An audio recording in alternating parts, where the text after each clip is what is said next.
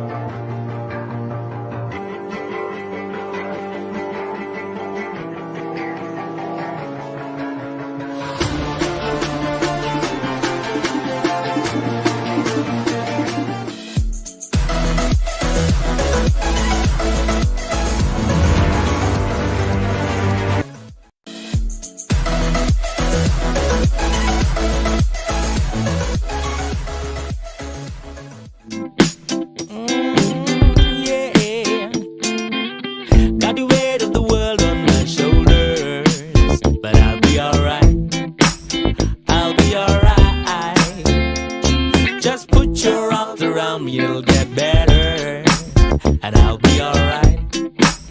I'll be alright. I'll be alright. I'll be alright. I'll be alright. I'll be alright. I'll be alright. I'll be alright.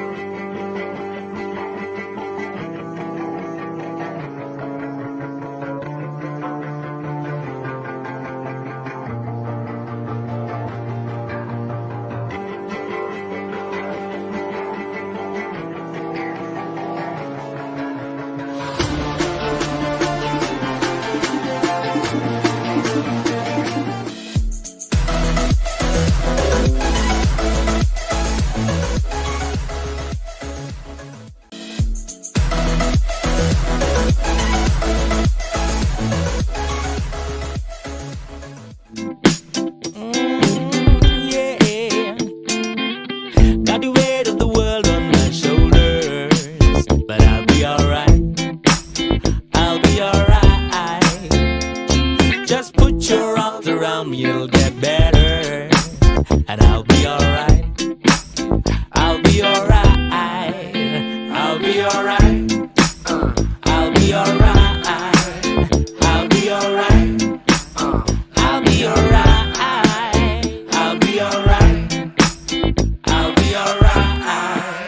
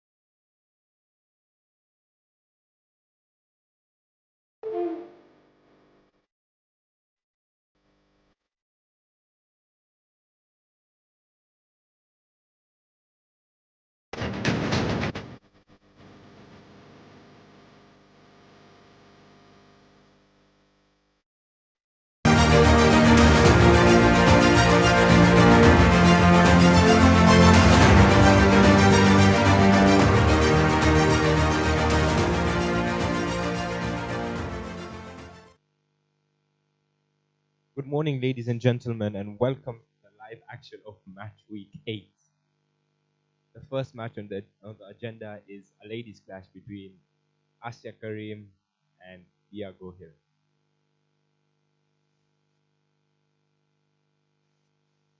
The second match will be Abdullah Reddy versus Amit Tyagi. The third match will be John Dallo versus Suhail Fadanani. The fourth match will be Satyam Gohil versus Mohammad Amarsi. The sixth game will be Babu Alex versus Jonathan Rossetti. That'd be a very interesting match. That match has actually been delayed, I think, 2 match weeks. So both the players are anticipating this game. They're really waiting for this match.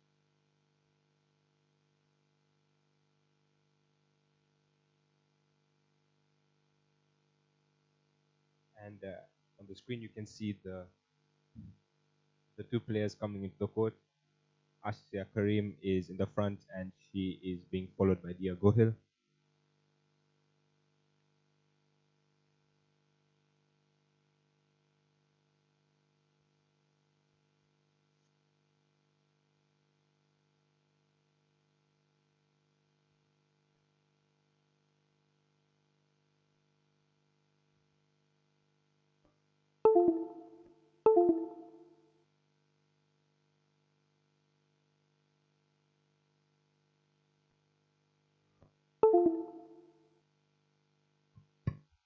The umpire for this game is someone who's also competing this tournament, Zainab Wesong.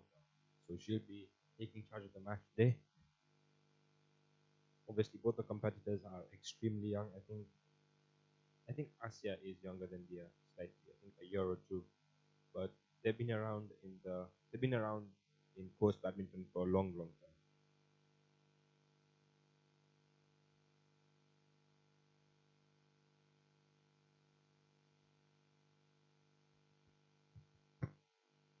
It seems they decided to play rock paper scissors for some reason.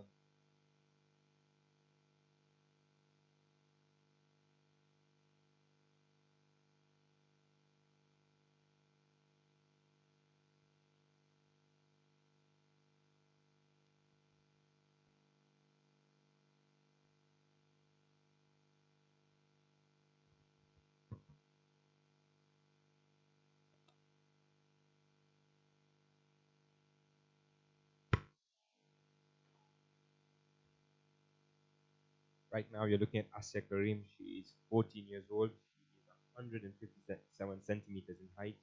She is currently 2nd place. Her highest rank was first. Obviously, she lost that ranking when she was beaten by Soumya Gupta last week, and she is from Stars Badminton Academy.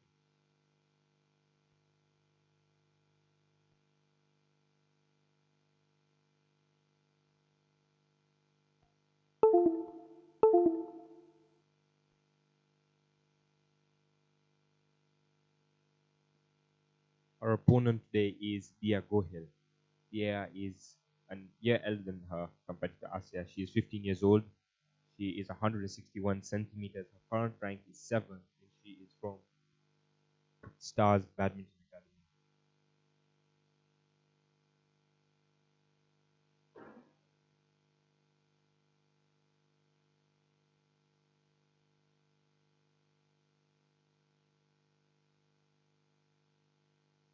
Asya Karim wins the first point in base heavily.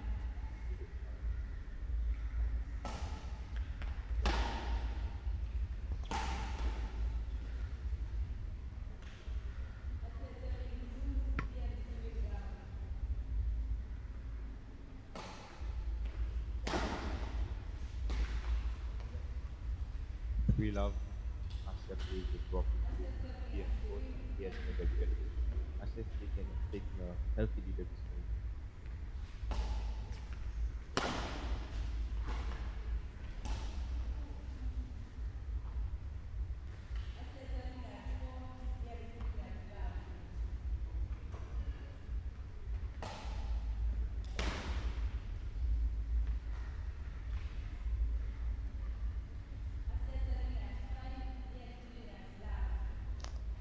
On my left, we have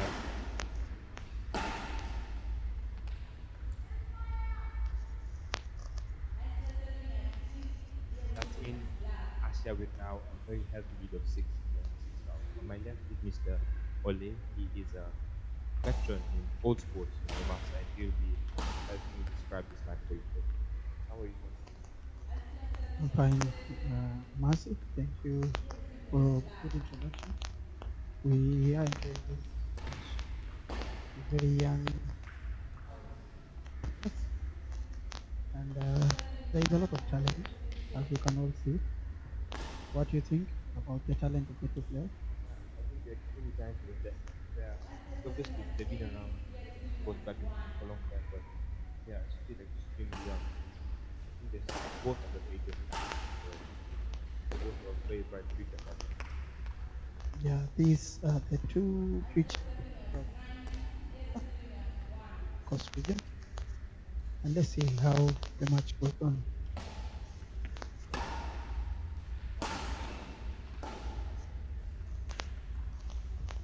Asia throughout.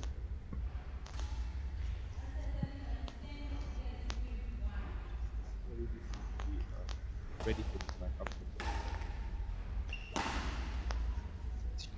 She's attacking all through. Seems to be losing focus in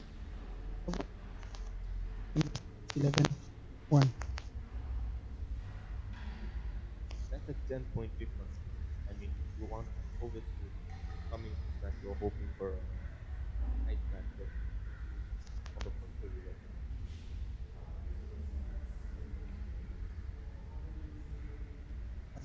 Games. She's actually uh,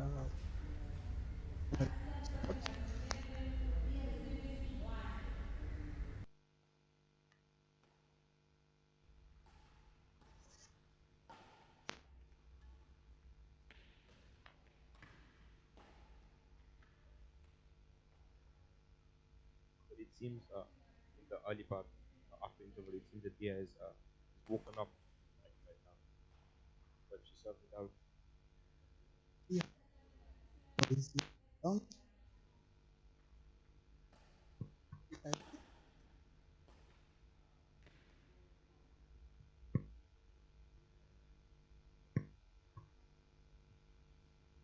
Uh, it seems to be a standard on court. Asia thinks it's in, Dia thinks it's out. The umpire seems clueless. What did you see? Goes in.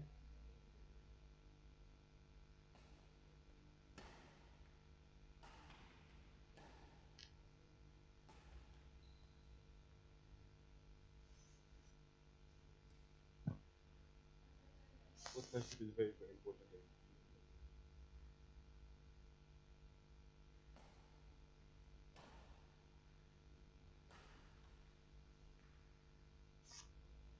Competition too, but the other player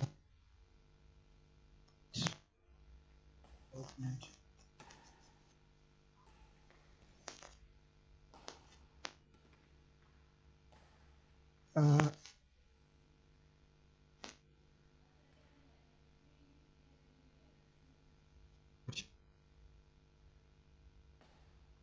Yeah, she really seems to be dominating the match at this point. And yeah, Dia looks. How do I? What do I? How do you say it? I think she looks a bit flustered more than anything. lost the game already. Just the earlier Ilang speak player mentality is that you could to be too far away.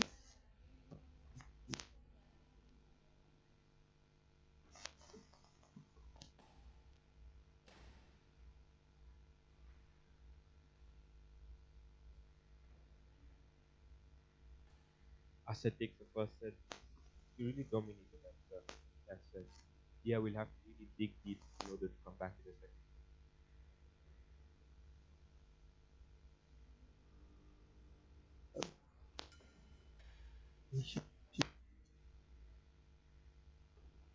She needs to keep her post needs to keep a happy attitude.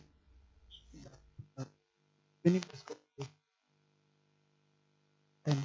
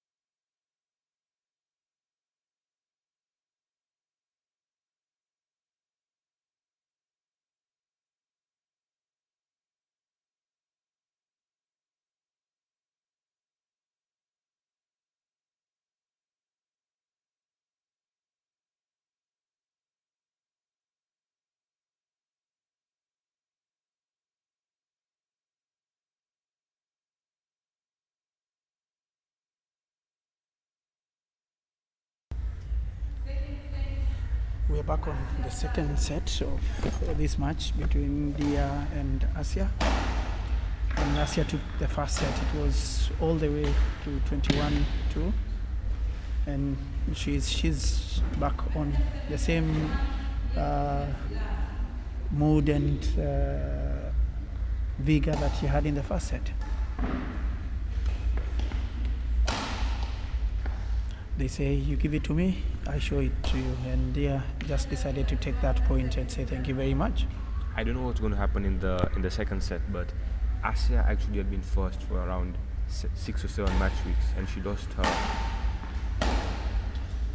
her first seeding last week to Soumya Gupta. So coming here and really taking control of the match, taking control of the last set, really shows her attitude that she wants to get back to the first seed.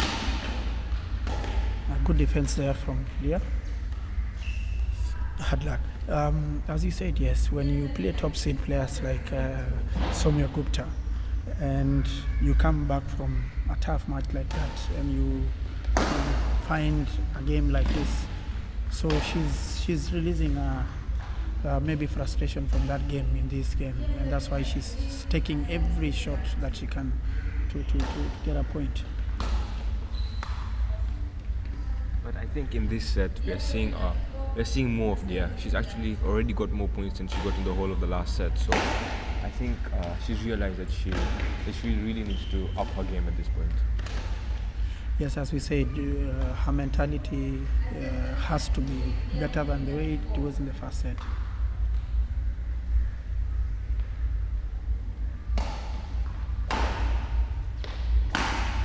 What a smash! Yeah, Asia levels the score up. Asia has leveled up the score with that. It was a strong smash.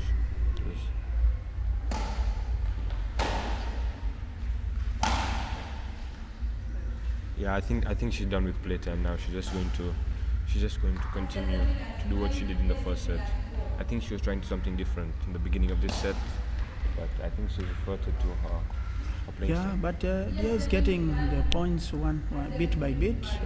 The score is 5-all. And maybe what you had predicted that Dia may go up to 15 points in this set. Yeah, I feel that she will. I feel that this will be a more tightly contested match. But she needs to stop doing this. When she loses a point, she needs to get back. She has to stop looking deflated on court. That's bad body language. What do you think about Dia's attitude in this set? In the last set, her attitude was not commendable, but in this set, she looks a bit more. She looks to, how do you describe it? She's there and not there at the same time. Whenever she loses a point, she goes back into the deflated mode, and when she loses a point, she looks to continue. But yeah, I feel she's getting better. Even her smashes are a bit better, and she's covering the court a little bit better now. I also see her giving a smile despite her losing the point. And it was a good service from Asia Karim. Yes, that's what you young players say, service, when the service is so good. What a shot. Yeah, 10-7, Asia seems to be dominating again. She's come back and she's retrieved her lead. Yes, but apparently I've noticed Asia's drops are not working. 2 or 3 times you see the shuttle dropping way out of the court.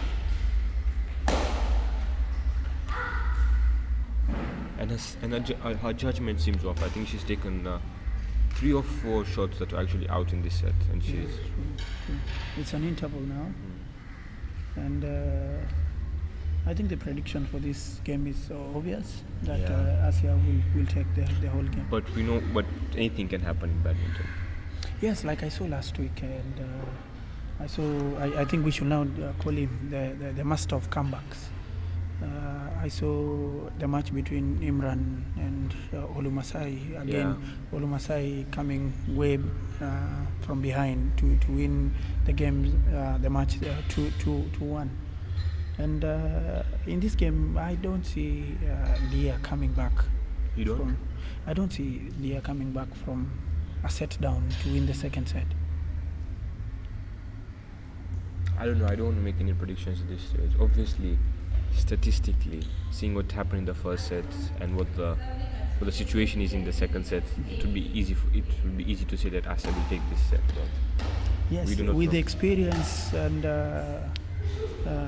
the attitude of the player, the body language.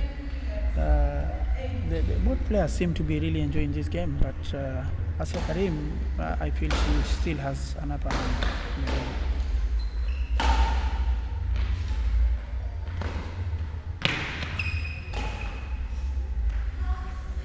Asia's wrist seems very rigid at this point. Yes, I think that's why she's getting a lot of her shots are going out, especially the drops. Yes, the drops and even simple shots are still going all way out of the court. Yeah, she needs to make her wrist more flexible more than anything, I think.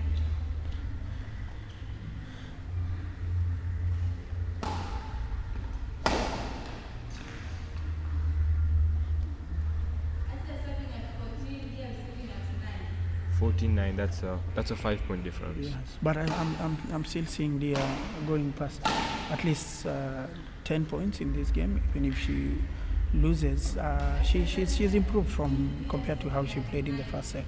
I think the first set she's not quite warmed up, as we said. That just goes to show how important warm up is. Yes, and especially when you have a game, the early kickoff matches at 1. You have an advantage as a player because you can come an hour before and warm up. By the time your match starts at 1, you have an advantage over those players who play in the middle of the afternoon. You are near the ending of the afternoon, I guess.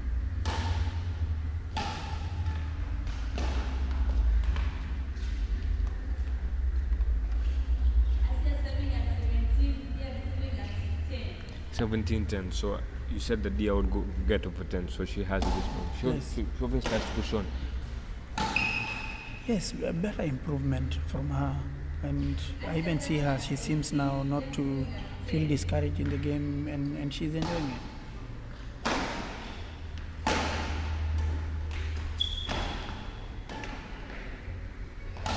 Yeah, but as you said, I think I'm going to have to say it as well. Asia is going to take this set at this point. Yes. Yeah, I don't see Dia coming back now. Yes, the level of skill also with the two players, there is a big difference. As you can see, Asia has mastered the court, the footwork, good clears, good defense and smashes. And I think what Asia now needs to work on, as you said, is just to control her wrist, and especially on the drops. Dia is lost, but she still has a smile on her face, which is very important. Yes, because it was way better in this for her in the second set as opposed to the first set. So what a good game, and we'll be right back after a short break for the next game. Detail. Yeah, we are off for a commercial break as we wait for the second game. Thank you, Amarsi. It was good to commentate with you for the first time this afternoon. Will we be seeing you back again in the second match, or? Yes, I may be going to what I like most in umpiring, but we will see if I'll umpire in the next game. That's good to know.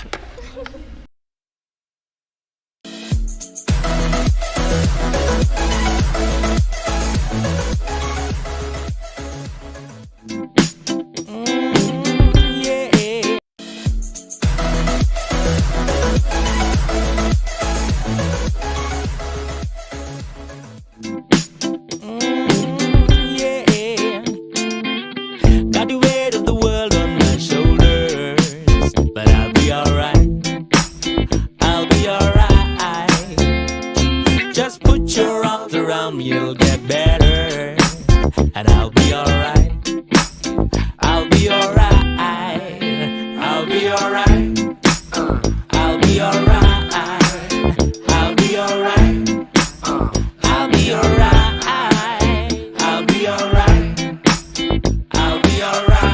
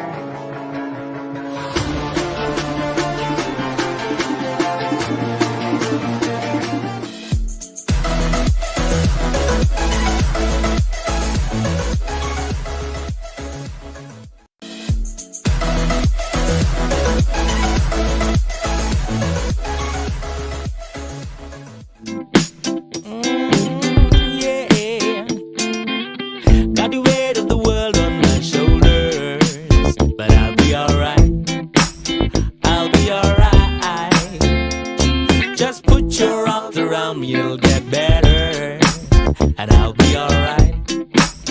I'll be alright. I'll be alright. I'll be alright. I'll be alright. I'll be alright. I'll be alright. I'll be alright.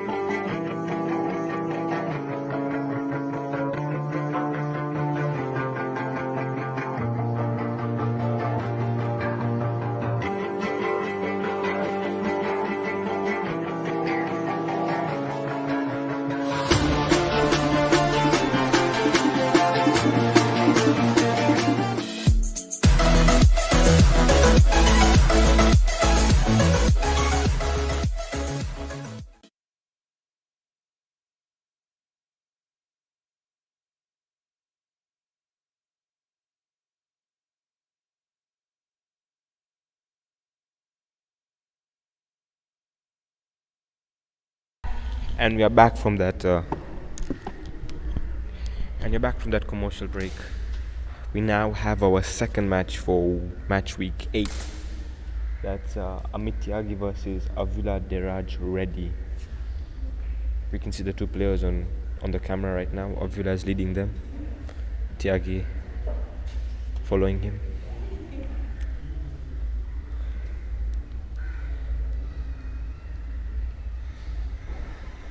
We also have an umpire change. My commentator from the last match, Mr. Ole, will be umpiring this match. He's obviously been around, as I said before, in the sports area in Coast for a long time. He's umpired badminton matches. He's umpired badminton matches. He's refereed football matches. He's refereed hockey matches. He's umpired cricket matches. Whatever sport is being played in Coast, Mr. Ole has done it before. So, yeah.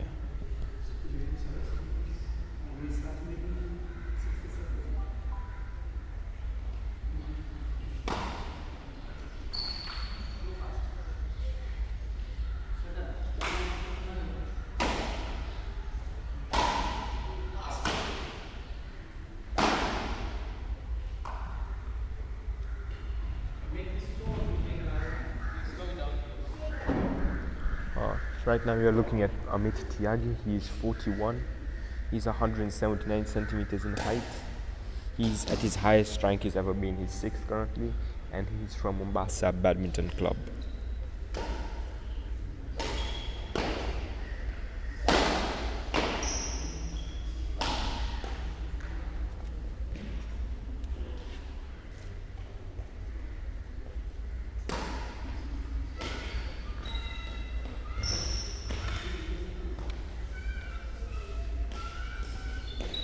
Now on screen we have Avula ready. He is 13 years old, 155 centimeters in height. His current rank is 14th. His highest rank was 10th, and he is from Stars Badminton Academy.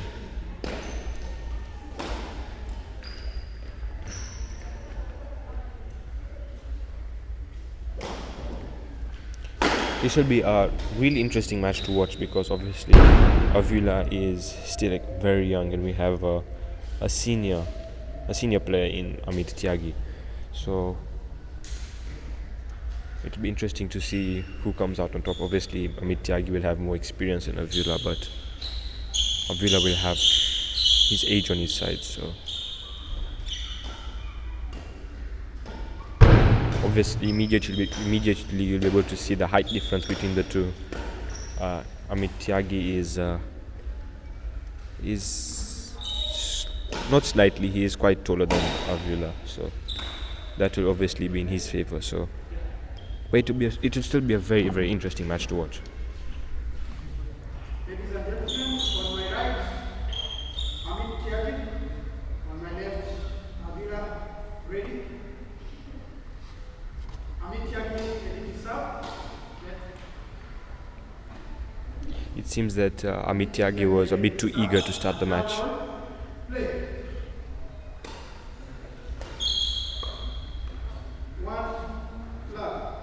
Amit Tyagi gets a point.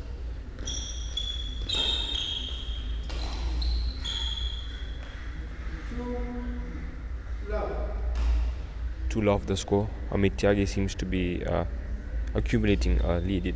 It's not healthy at this point, but now it's 3 love. Still not healthy, but it's still a lead.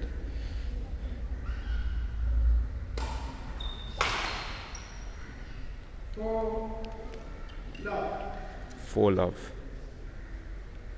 It's now a healthy lead.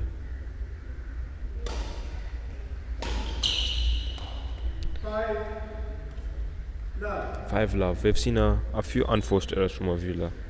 I think that's what's letting him down at this early point.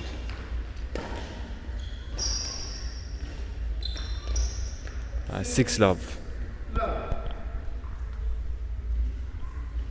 Amit Tyagi seems to be dominating proceedings at this early point. And again, another unforced error from Avula. I think that's 3 or 4 so far in this first set. And if he wants to get back into this game, he has to stop those unforced errors. Again, another unforced error. 8 love.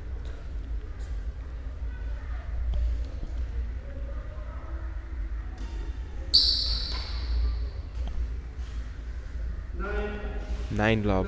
Avula is yet to record a point this set. 10 love. This is utter domination from Amit Tyagi at this point. And Avula finally registers his first point. 110, a 9-point difference.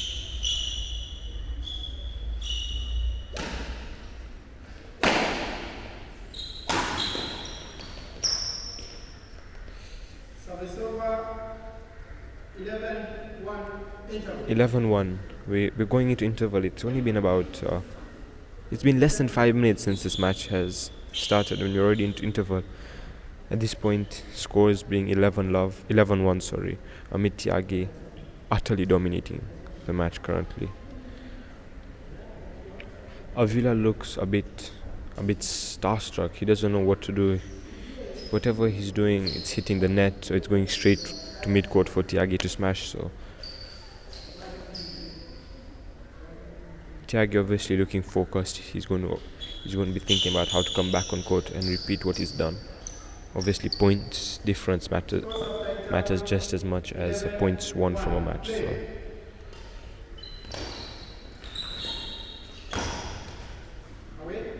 Another unforced error. That seemed like an easy point for Villa, but he just seemed to rush it a bit.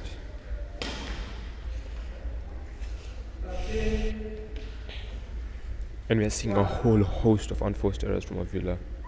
That's where all of Amit Tyagi's points have come, most of them so far anyway. And Villa registers his second point, 13-12, 2-13, sorry. 2-13, that's still an 11-point lead, so Villa really has to come back in this match. 3-13. And an uncharacteristic unforced error from Amit Tyagi.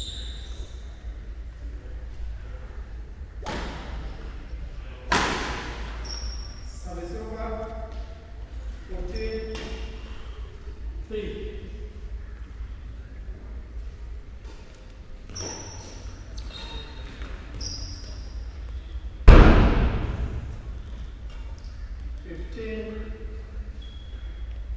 $15-3, a 12-point difference. It's utter domination at this point. You can't describe it as anything else. 16-3, that's Villa's being dominated at this point.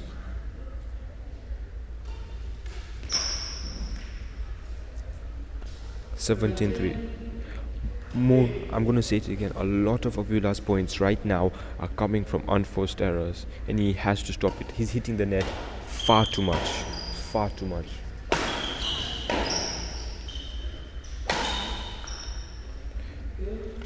And that was an excellent shot. Villa has to do a lot more of that if he wants to come back into this game. But it's still 4-17, a 13-point lead.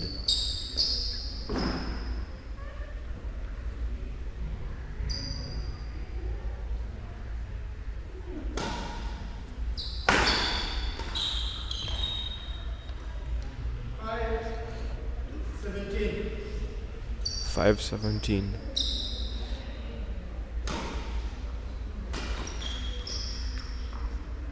Service over. 18-5. 18-5. I'm not saying much because not a lot is really going on court. A lot of the points are just being won after one or two strokes of the racket. So there's not much to describe for you at this point. Excellent drop from Amit Tyagi. Now that's something to talk about. That was an excellent drop. It just kissed the net as it went over, and that's extremely difficult to return. Service over. 6-20. 6-20. Amit Tyagi had 15 match point opportunities. He now has 14. Yeah, and he takes it on his second match point opportunity. I didn't really see Villa catching up to him once he reached about 15. What's happening in this game? Villa has been utterly and completely dominated.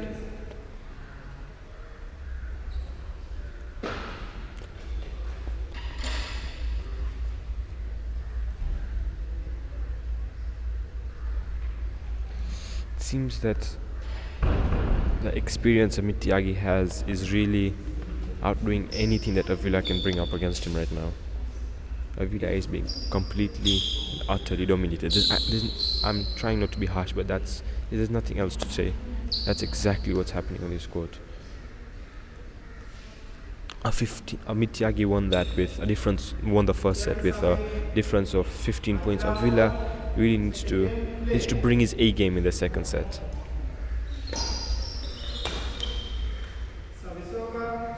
And it seems Villa is doing that. Well, it's too early to tell, but he's won the first set, he's drawn first blood in this second set. But again, I'm not going to say uncharacteristic, it's become very uncharacteristic for Villa in this match, hitting the net time and time again. Yet again, another unforced error.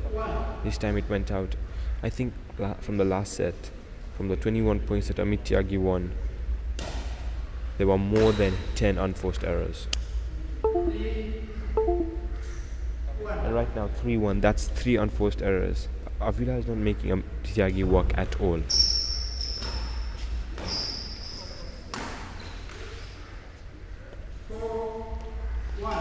4-1.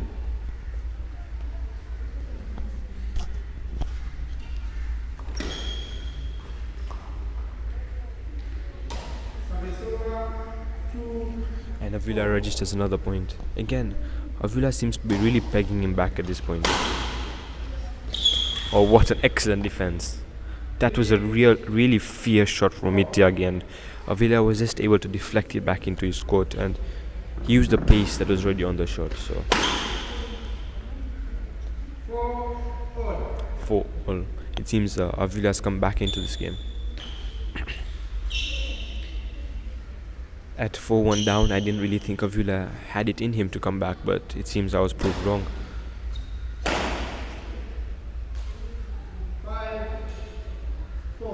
5-4. Avila now has the lead. He needs to build on this lead. He can't let it slip. And another unforced error. Another unforced error. Out of the 5 points that Tyagi has got, 4 of them are from unforced errors. Avila hitting the net most of the time.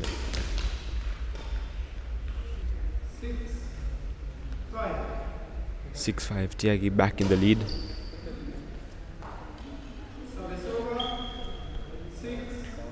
It seems the shuttle is a bit quick today. The shuttle seems to be going out a lot. Maybe that's what's affecting Avila. That's why he's making a lot of unforced errors.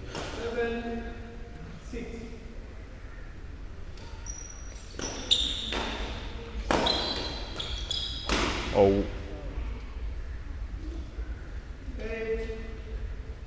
That was excellent from Avila. He had everything, but he just rushed it too much and hit it out. He played the rallies excellent at that point, but he saw his chance and he just rushed it. 10-6. 10-6. Tyagi again has taken a 4-point lead, a healthy lead. But this is badminton, anything can happen. And just as I say that, Tyagi makes an unforced error from a service. 7-10. Tyagi needs 1 point to take this match into the interval.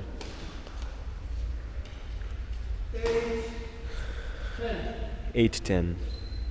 A 2-point lead now. Not that healthy anymore.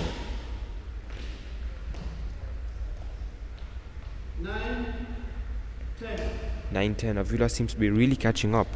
Again, Avila has proved me wrong. I've said it twice in the set that he wouldn't be able to come back, and it seems he has slightly to a point. 11-9.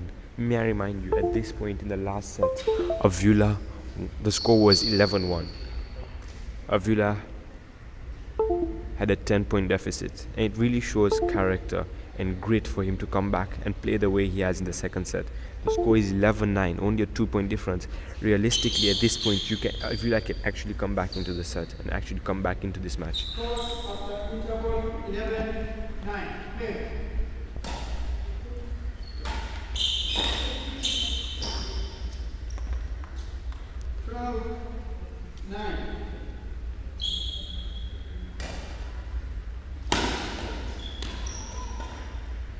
$13-9.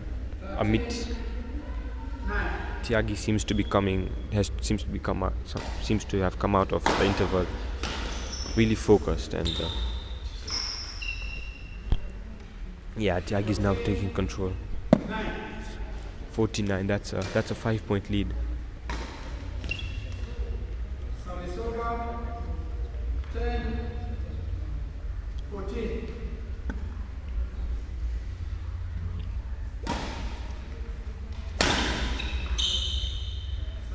Again, that was an excellent smash from Tyagi, but there's not a lot to describe about this game. It's the points just being won with 1 or 2 strokes of the racket.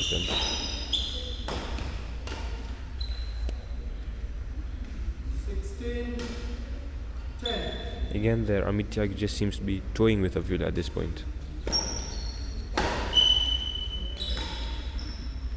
Earlier in this set, up until the interval, Avila seemed to have really come back into this game. Tyagi was struggling to to find the points to take him into the lead. But after the interval,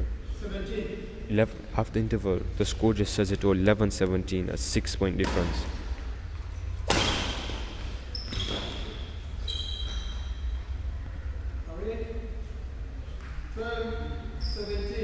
12-17. Avila still, he's still able to find the points.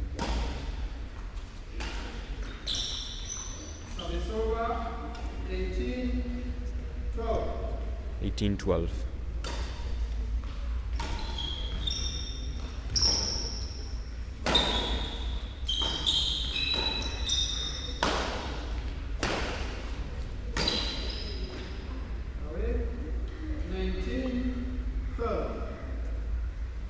Nineteen 12.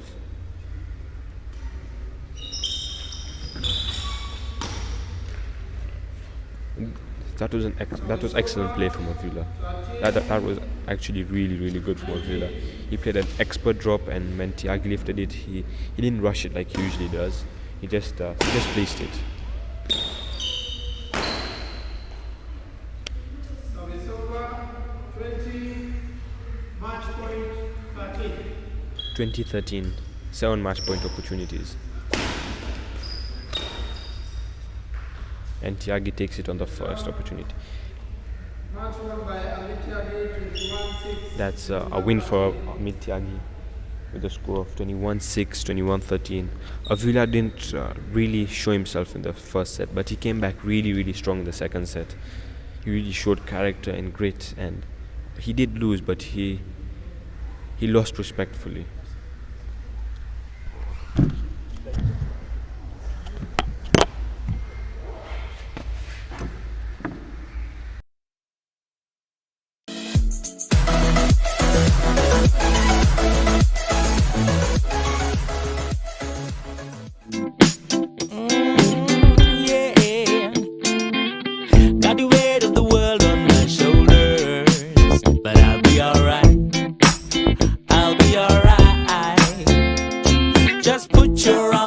You'll get better, and I'll be alright. I'll be alright. I'll be alright. I'll be alright. I'll be alright. I'll be alright. I'll be alright. I'll be alright.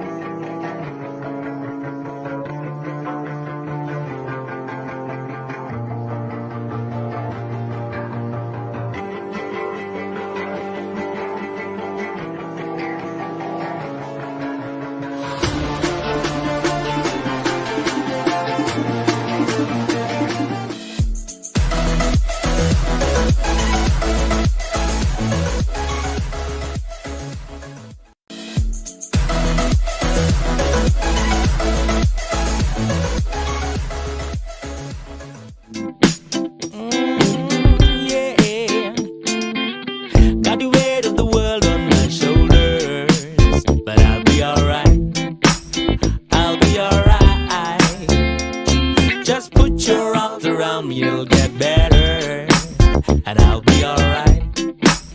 I'll be alright. I'll be alright. I'll be alright. I'll be alright. I'll be alright. I'll be alright. I'll be alright.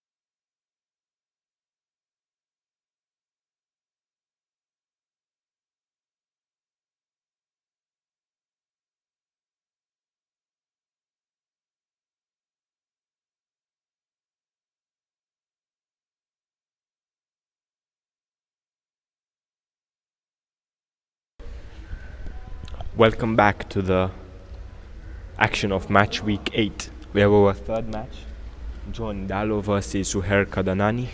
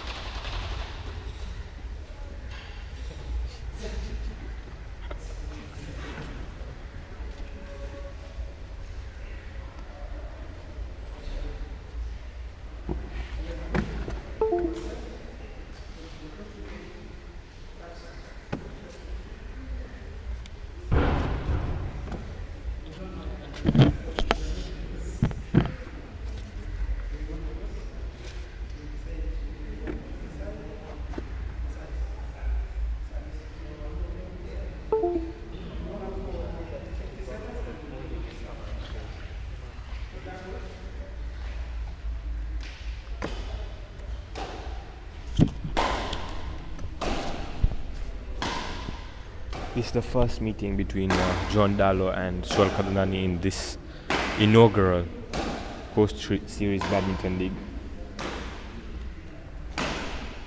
Right now on the camera you'll be seeing John Dallo, aka Pepe. He is 31 years old. He comes in at a height of 150 centimeters. He is currently third, which is his highest ranking that he's been so far in the league, and he is from Mombasa Badminton Club.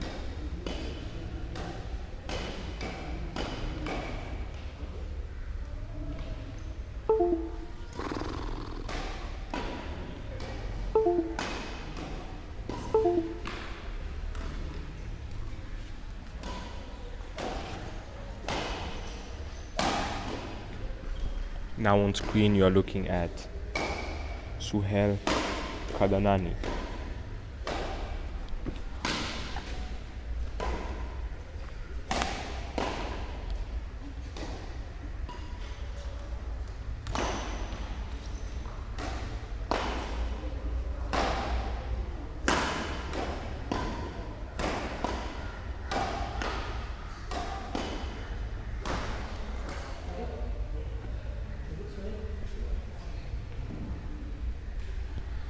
Ladies and gentlemen, on my right, John Dallo, aka Pepe. On my left, Suhail. Pepe serve a club ball. Play. Obviously, just looking at your screen, you can tell that Pepe has more experience than Suhail. But as you could see from the opening point, experience doesn't hold that much weight when it comes to badminton, but it does to a certain extent. Suhail with his first unforced error, 1-all.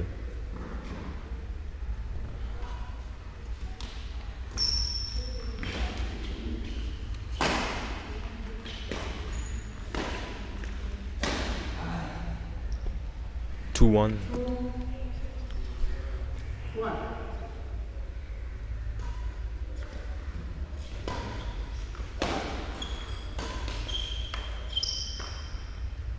3-1.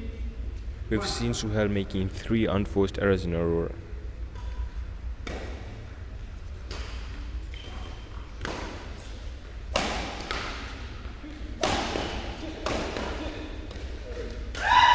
That was excellent defense from John Dallo, but Suhail just decided to change it up and it worked. He stopped smashing, instead just placed it, and it seemed to work.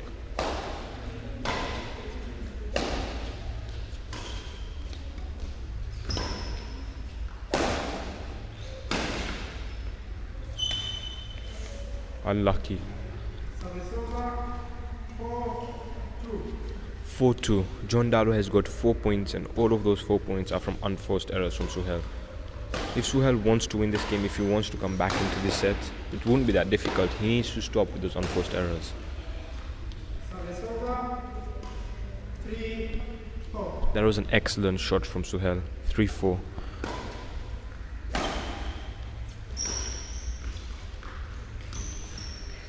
And another unforced error.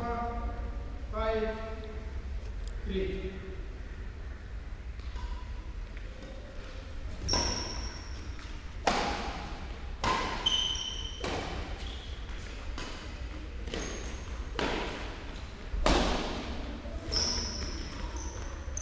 Service over. 4-5. Suhail is coming back into this game at this point. But just as I say that, he makes another unforced error. 6-4.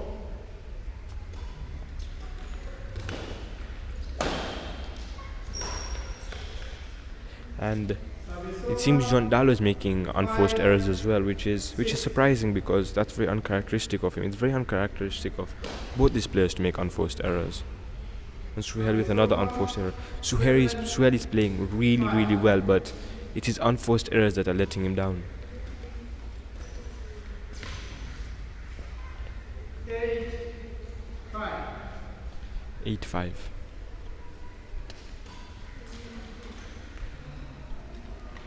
9-5. John Dallo seems to be taking a quite seemingly healthy lead at this point.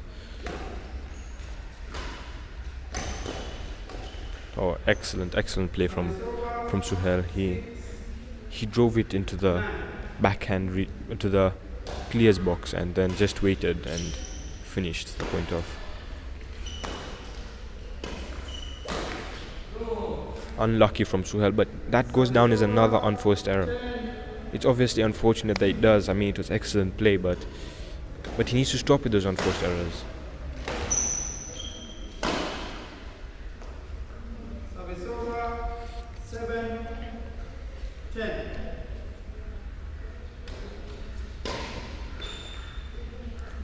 Service over. 11-7. 11-7. They go into interval. Both these players are playing really well. But I just have to say it again. Suhail is playing excellently, but he's given away more than 8 points from unforced errors.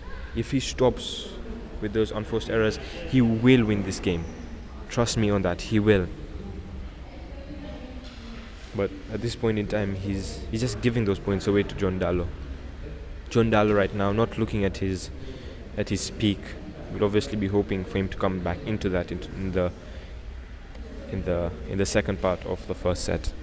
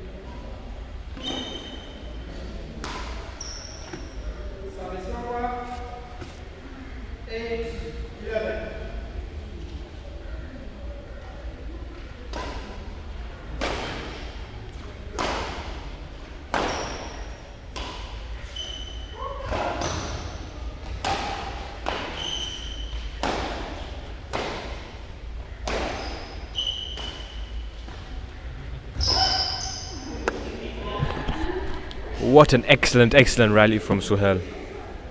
That was excellent from both players, and Suhail played extremely well. Excellent. Suhail's really coming back into this game in the second set.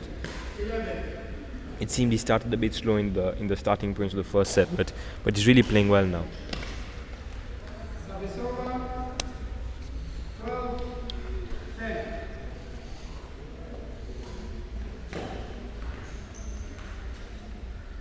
Away. 13-10.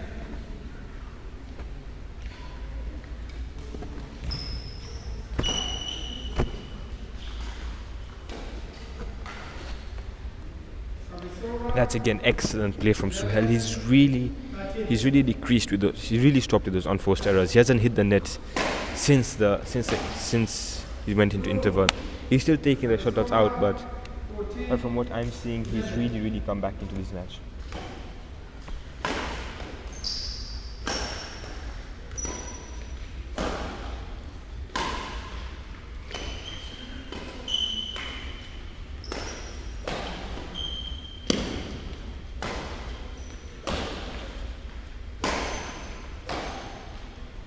What a rally from these two. Wow. Suhail really played well. Even though he looked as if he was on the back foot for a lot of that rally, he played really well to get the shots back, because a lot of the shots were on his backhand. He played really well.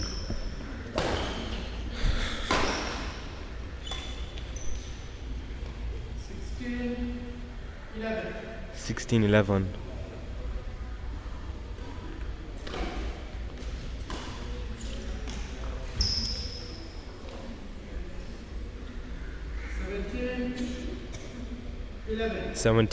Even though Suhail is playing excellently, John Dallo has really found his groove right now.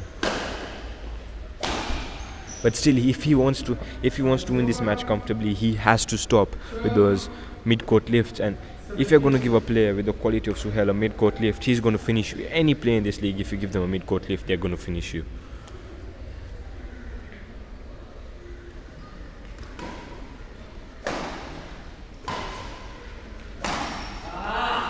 Unlucky from Suhail. That was another mid-court lift from John Dallo. He seems to be repeating his mistake. It seems that he's not learning from what he's just done.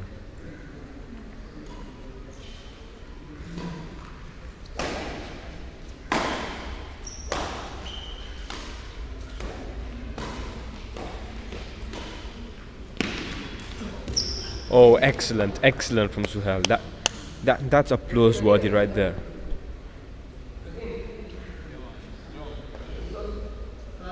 He was a little confused why John Dallo passed the shuttle back to him. He thought he didn't see the shuttle, but that was excellent from Suhail. It had actually gone in. So excellent play from both these players on court.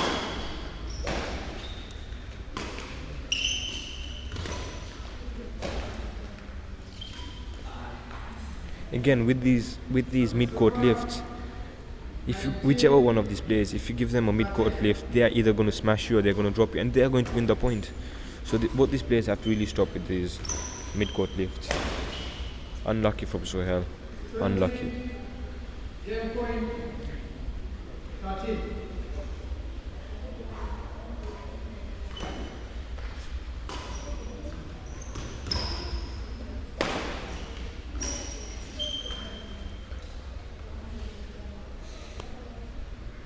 John Dallo had 7 set point opportunities, but now he is back down to 6 set point opportunities. Now down to 5 set point opportunities. Are we seeing is an epic comeback on the cards right now? Is that what we're going to see?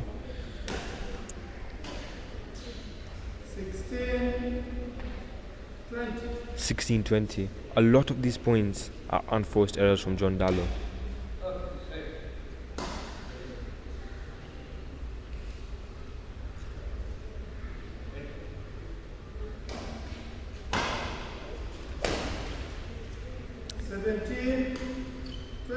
$17-20. If John Dallo had got that 1 point at 21-14, it wouldn't have been fair on Suhail, because that wouldn't have told the story of how well Suhail has played.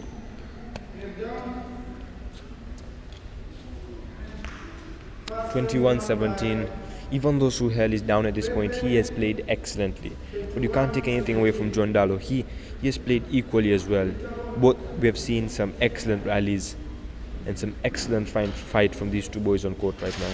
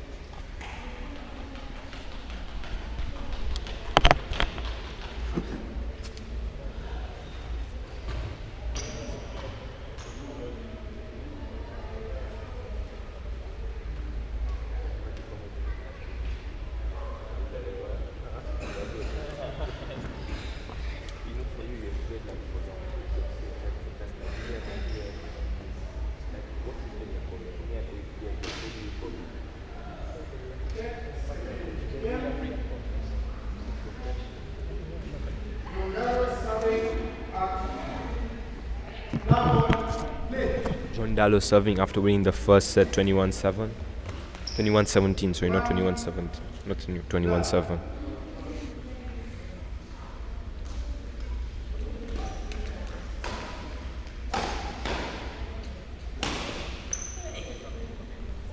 One all.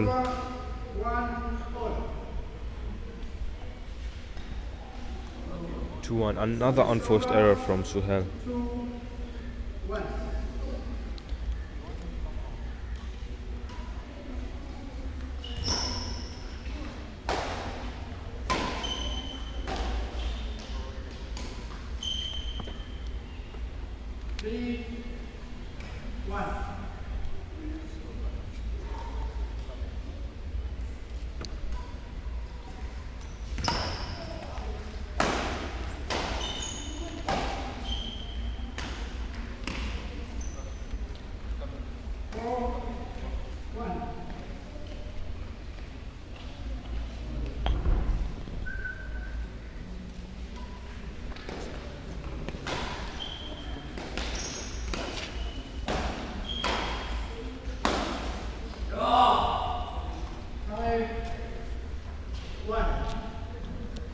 Five-1. Suhail doesn't seem himself in the second set. He played excellently in the first set, but I don't know why he doesn't seem to be himself in the second set. I think he looks a bit tired. I think he's got a bit of cramp or something.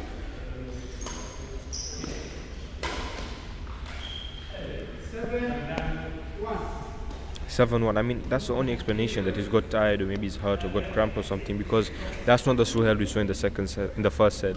He still has a smile on his face, which is good to see. But still, even if there's a tired Suhail, giving him a mid-court lift the shuttle is still gonna end up on your court. You're still not gonna get that point.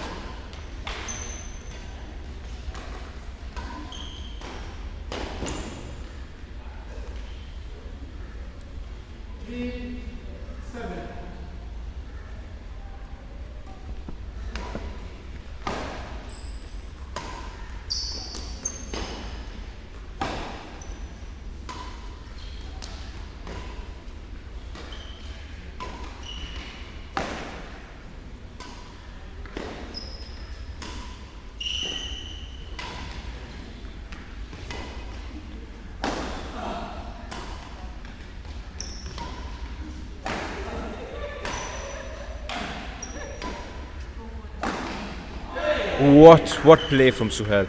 It seemed that John Dallo was just trying to weigh him down, but Suhail just refused to go down. He continued playing, and yes, he got lucky on that last shot, but that was excellent. That was really, really, really good from Suhail right there. Now that's what we call a fighting spirit. I mean, that was an excellent rally. Must have been around more than 10 or 15 shots in that rally. So.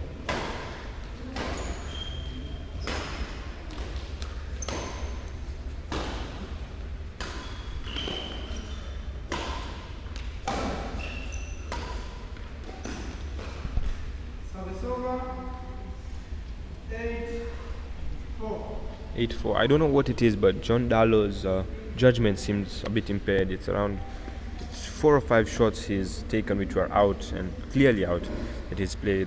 I don't know why his judgment seems slightly off today, which isn't something you'd say about John Dallo. Obviously, the experience that he has, you'd think that he'd be able to judge really well, but I don't know. It doesn't seem that way right now.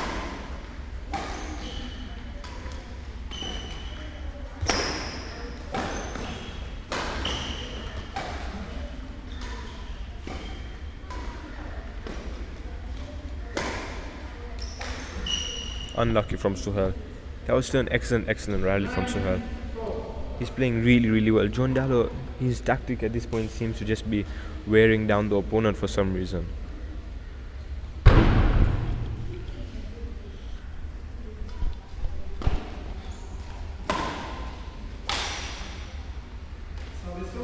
Great shot from Suhail. He looks really, really tired right now. He looks tired. He's not moving that well on court right now, but he's still able to get the shuttles. He's still able to get the points. He's still smashing well. He's still dropping well.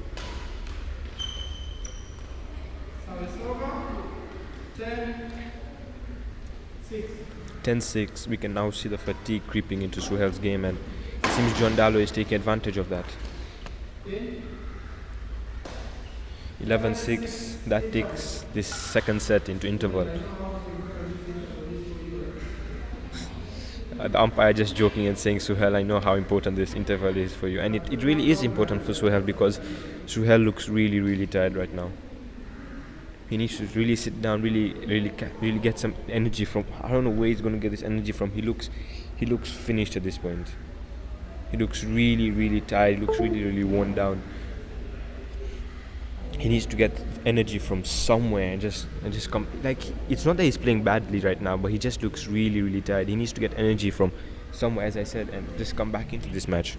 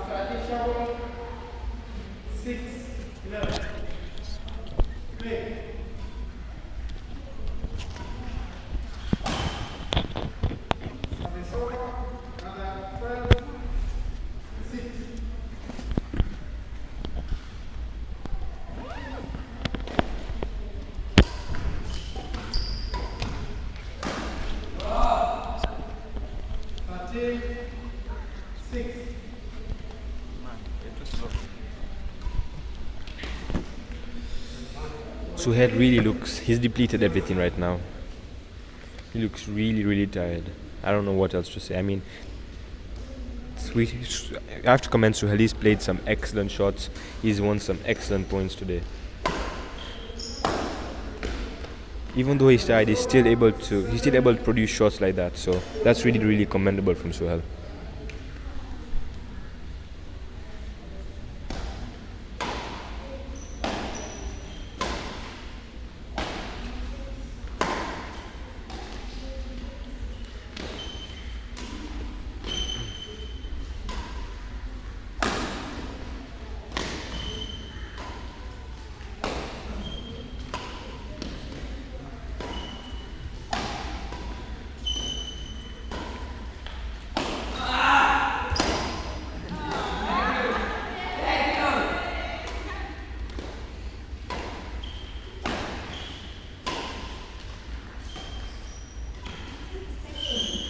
That was excellent play from both these players.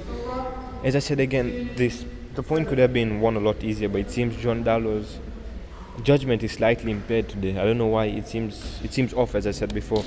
But take nothing away from Suhail. That was excellent play from him. Again, that was out, and John Dallo just saying what a shot. Just some banter on court, getting some laughs from everyone around here.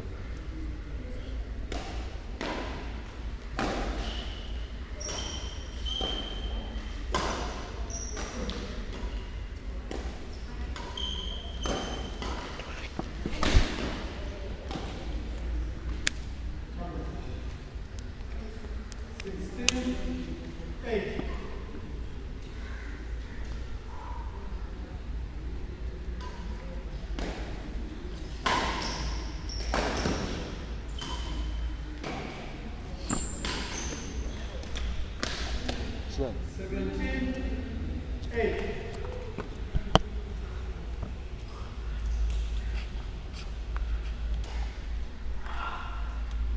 Over. 9-17.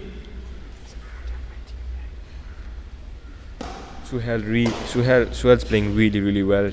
Obviously, John Dallo is making mistakes. I mean, everyone's looking at Suhel and saying how tired he is, but John Dallo seems to be worn down as well. I mean, this is an excellent performance from Suhel, so we can tell how tired John Dallo is. 18-10. Obviously, Suhel's played amazingly. He's played really well. 18-10 is not a fair reflection of how this match has gone, or how this set has gone. And nor is 11-18. I mean, John Dallo has been on top, but Suhel's played really well.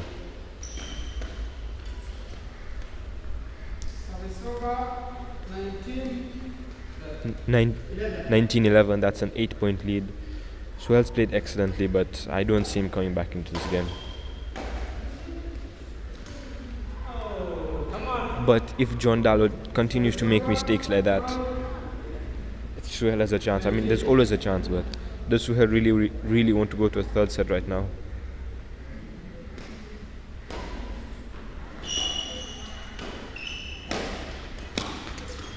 Oh, excellent shot from John Dallo. The shuttle seemed to have passed him, but he was somehow able to get it over the net. That's eight match point opportunities right now. Oh, that was excellent from Suhel. John Dallo just flinging himself at the shuttle, and he's not able to get it. I mean, when someone throws themselves at a shuttle, it just shows how tired they are, because they can't get to that shuttle like they usually can. So both these players have played really well, and they're both really tired right now.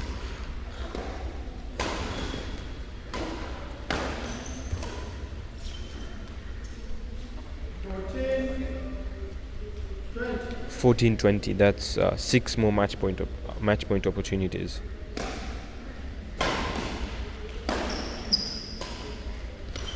And John Dallo does take that match opportunity.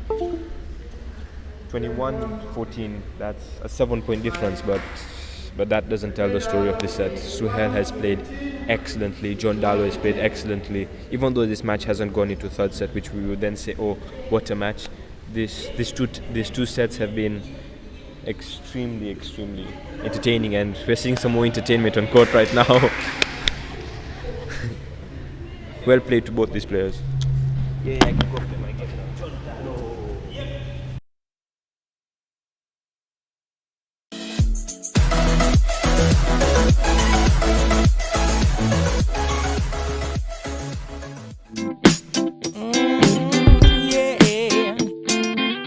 Got the weight of the world on my shoulders, but I'll be alright. I'll be alright. Just put your arms around me, it'll get better, and I'll be alright. I'll be alright. I'll be alright. I'll be alright. I'll be alright. I'll be alright. I'll be alright. I'll be alright.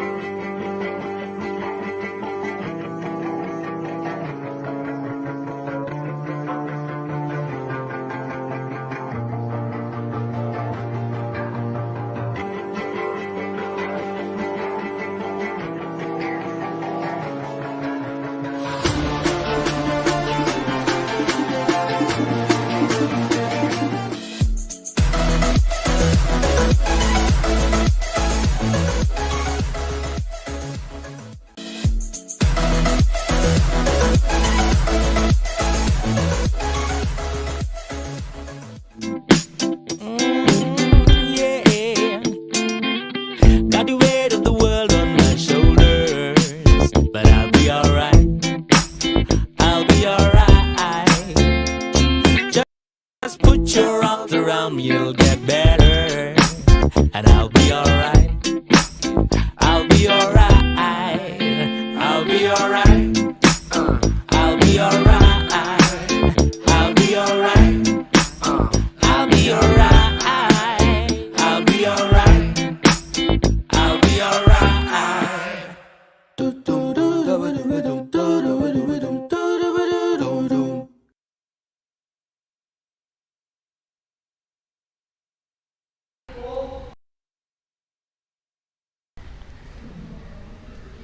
Ladies and gentlemen, welcome back to our series of matches this afternoon.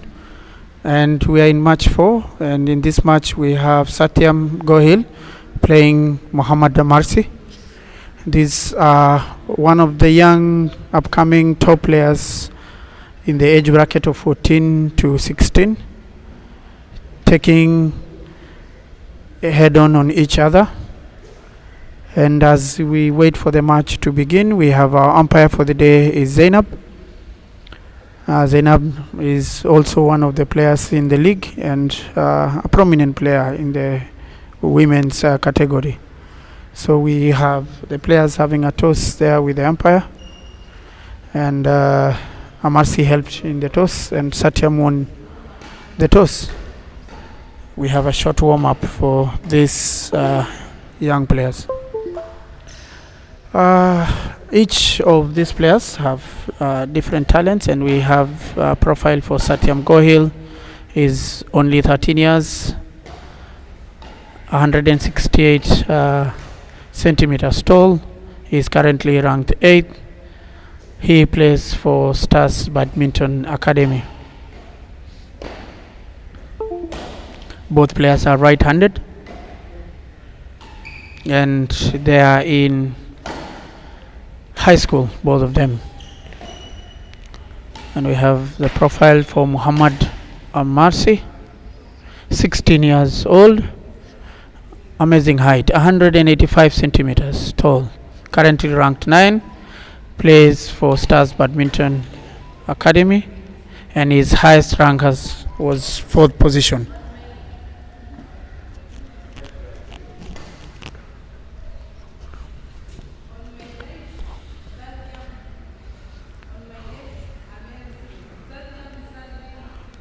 So Satyam is kicking off the game with the sub.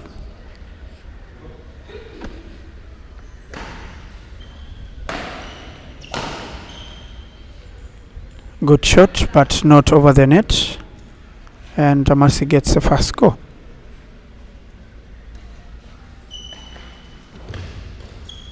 Good play by Satyam. Just a shot over the net.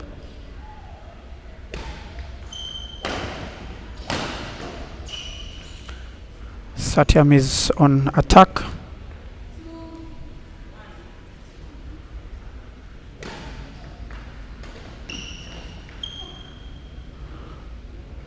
Satyam seems to be settling in the match at the beginning.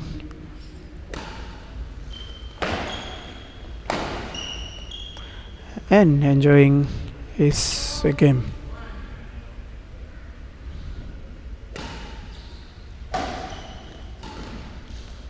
As I said earlier, these are players who know each other very well. They play for the same club. They meet at the school games very often. And I'm sure each one of them know the other's tactics and strengths as well as the weaknesses. So we have the score at 3-5 in favor of Amarsi.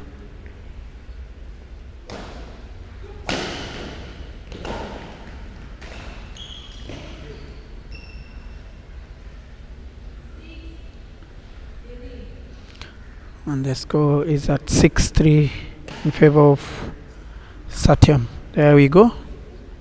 He gives an easy score for Muhammad Amarsi. Good shot. Satyam has very good shots. The smashes are very good.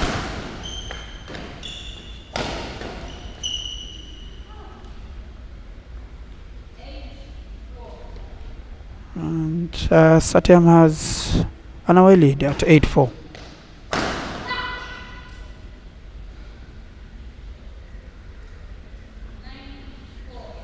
Satyam's confidence is building point after point.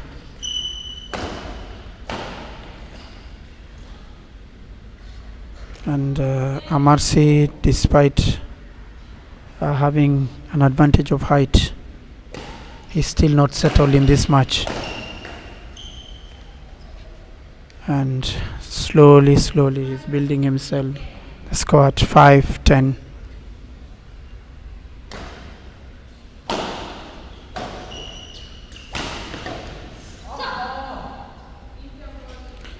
So the score at interval 11-5 in favor of Satyam Gohil. In this match, we've noticed that Satyam was more relaxed. He settled quite faster than Amarsi in the match, and he has taken advantage of this, and he's on a 6 points difference.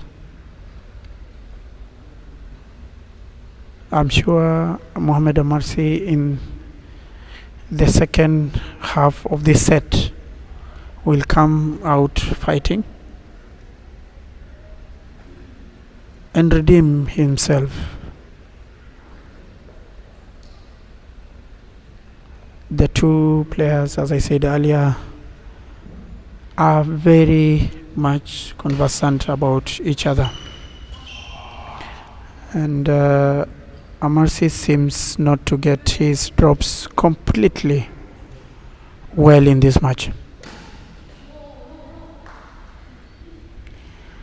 Satyam keeps giving away very easy services to Amarsi.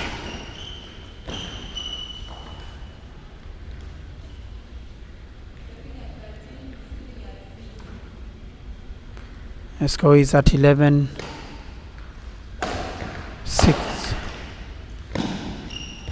Good defense, good net drop, good defense by Amarsi.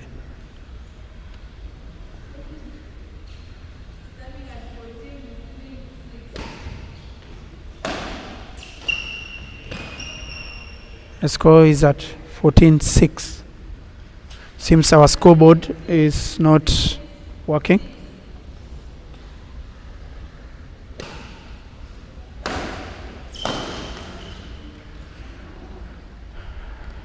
Satyam's smashing and defense has been on point in this match, with very good defense and very good smash there by Amarsi as well.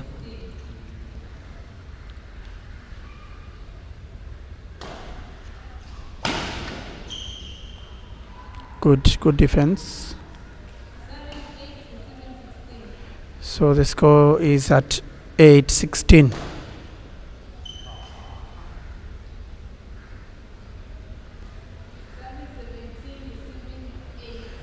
Amarsi's body language is showing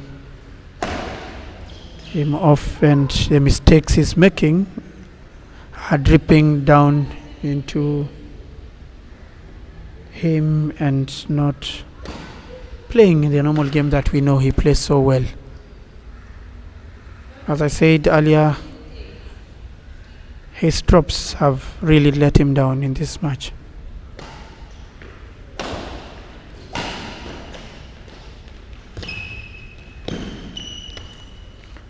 Good net shot by Amarsi. Score at 9-19. Good cross courts by Amarsi to get the point at 10-19.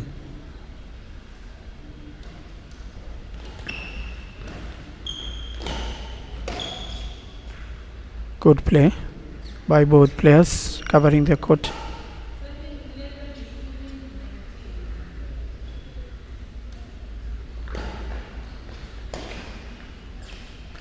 Good cross court again by Marcy. Very nice cross shots.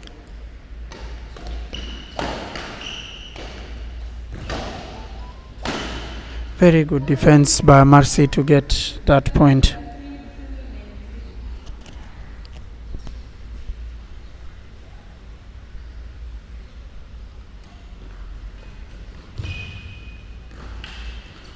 Good play by Marcy again. He's having a good run in this score at 14-19. Maybe this will be the best comebacks we've watched in the recent past. Good shot, good smart shot to take the game at game point.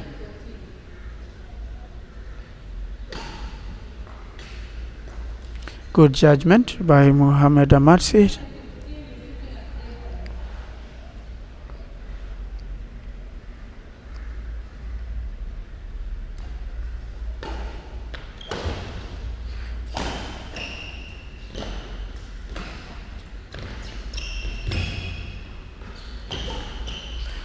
Good covering of the court. Height advantage has really worked for Mohammed Amarsi in that point.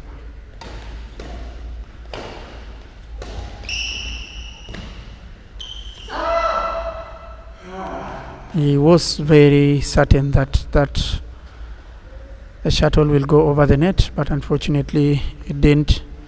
So the first game was won by Satyam Gohil at 21-15.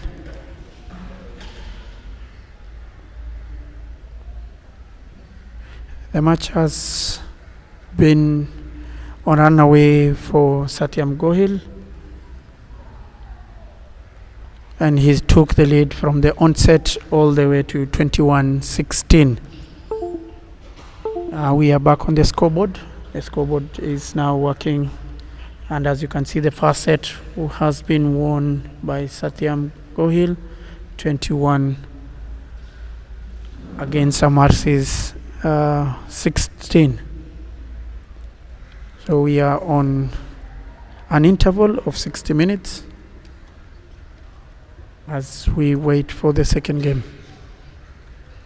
I'm seeing a situation in the next set where Amarsi will come back fighting and will like to push, or will have to push Satyam to the third set.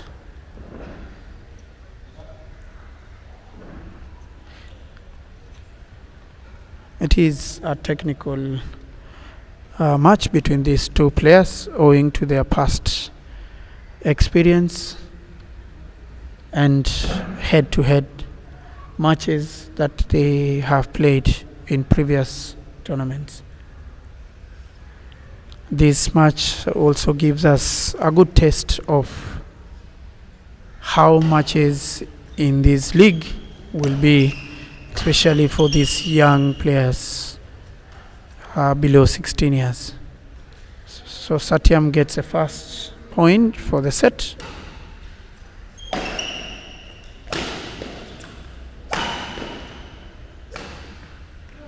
Good defense by Amarsi.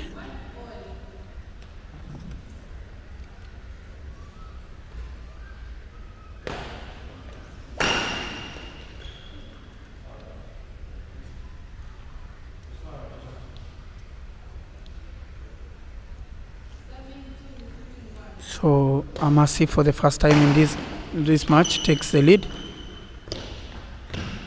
at 3-1.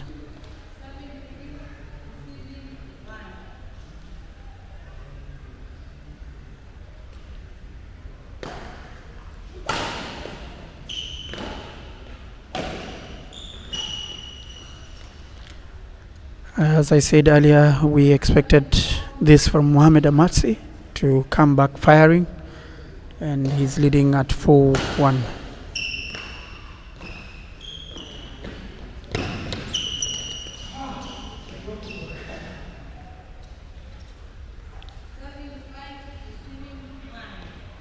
Good net shots by the two players.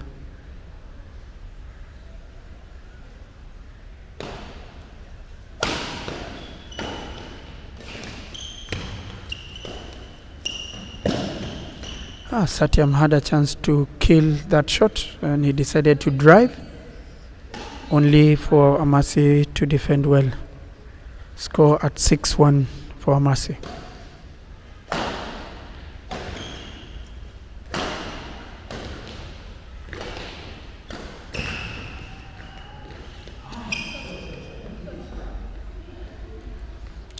Sometimes those shots are tricky and your judgment at times can let you down, as you saw the score after a very nice rally, 2-6.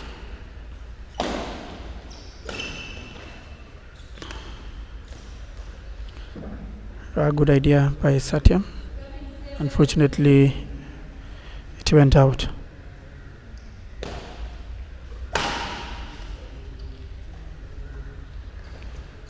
Amasi's confidence is back and he's getting point after point. The score is at 8-2. Nice shot by Satyam.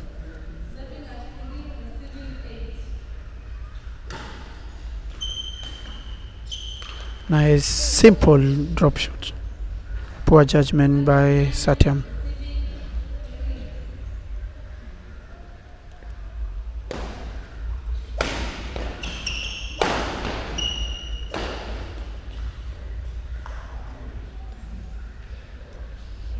Good judgment by Amasi. He's even happy for himself for the good judgment at 10-3. This is how matches can change. Remember, in the first set, Satyam was at the interval was at 11-5, and now Amasi in the second game is at 11-3. It's interesting how these matches keep changing, one set after the other. As I had said earlier, we had expected a fighting back spirit from Mohamed Amarsi, and he will push this game to a third set.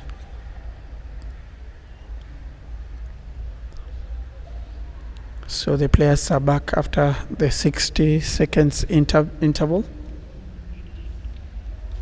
and we expect Satyam Gohil to, of course, come back fighting in this set.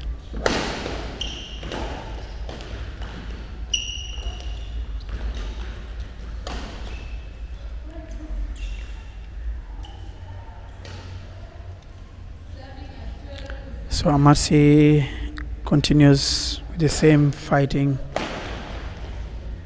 spirit and pushes the game at 12-3. Very interesting to watch how players can actually change in one game. Satyam's body language is changing already. Good shot by him. Good shot.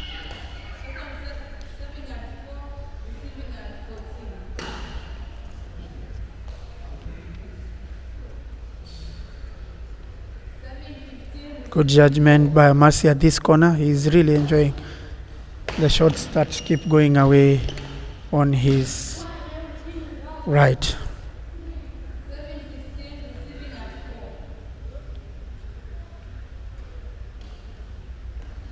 Another easy point for Satyam. Poor service by Mohamed Amarsi.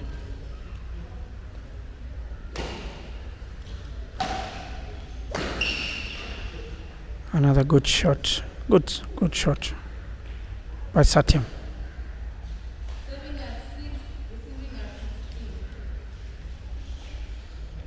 A 10-point gap between the two in this game. Easy drop. This players seem to be tiring in this set. One of the factors, of course, is the heat that we are experiencing in Mombasa. The two players also seem to be a bit casual due to the, of course, point gap between the two players.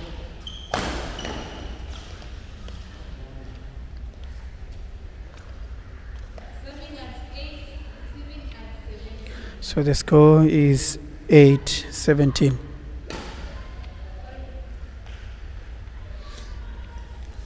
Mohamed Amasi was not ready.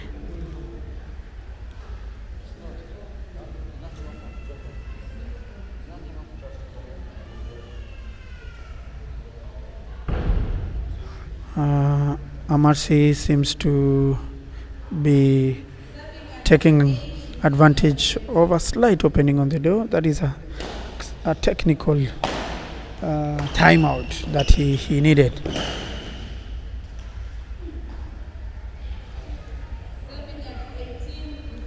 The score is at 18-8. We go back to the 10-point lead. Good attack by Satyam.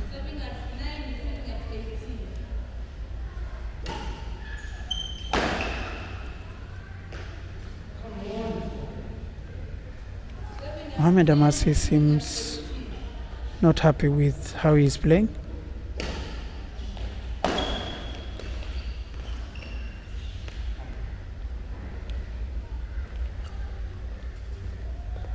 Score at 19-10.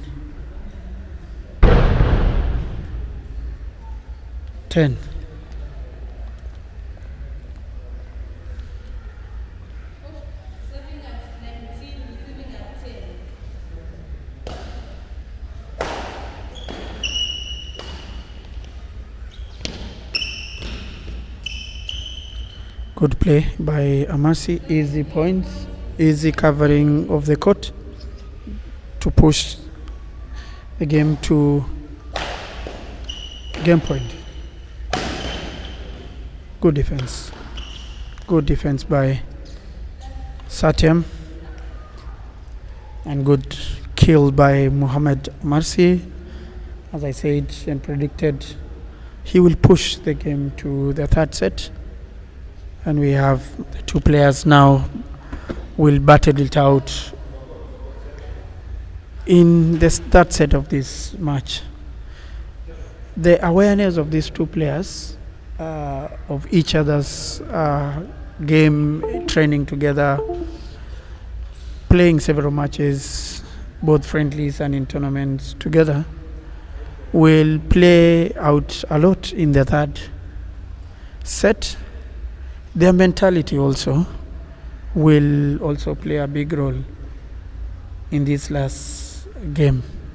Their technical and skills awareness, how to handle the pressure in this game, will be very key. So the two players are on a 60 seconds interval and they are getting back now. And our able umpire Zainab will, as you can see, take us to this third set.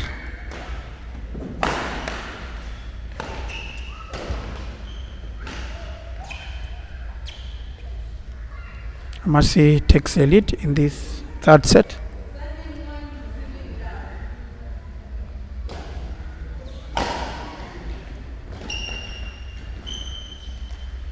Good play by Marcy. Height advantage, easy drops for him.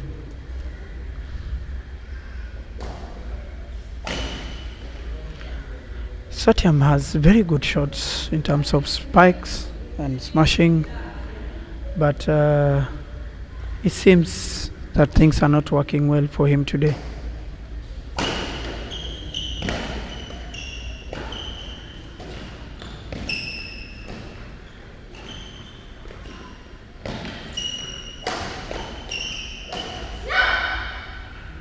Good play, good rally by the two boys. Enjoying the match. Satyam at 1-3.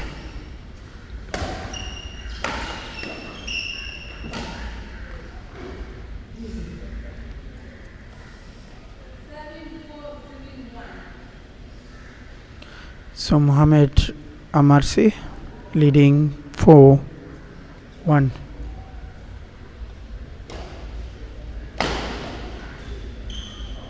Good defense.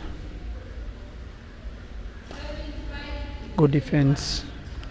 And the shuttle went straight in. Nice idea to drop, but unfortunately it goes out.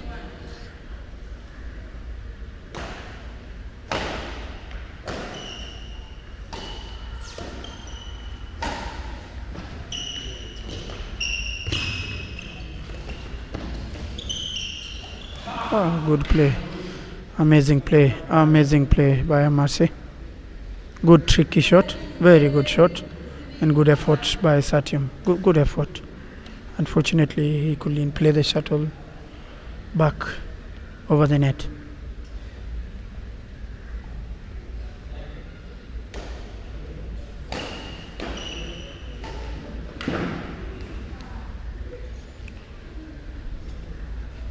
Amarsi leading at 7-2.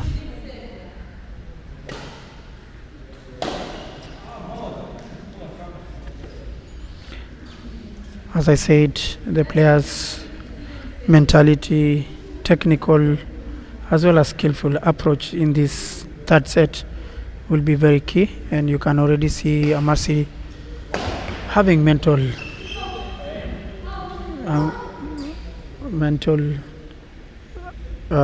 chat with himself. Let's go at 4-7. Good tricky shot, very nice drop by Amarsi. As I said, he has a very good advantage with his height to be able to cover the court well, as well as to drop and smash.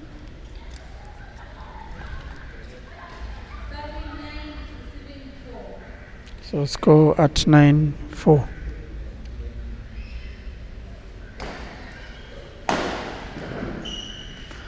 There you go again, height advantage, easy tap over the net. Even the umpire seems to be enjoying the match. Easy point for Satyam at 5-10, 5 points difference. Too casual by Amarsi to give away a point.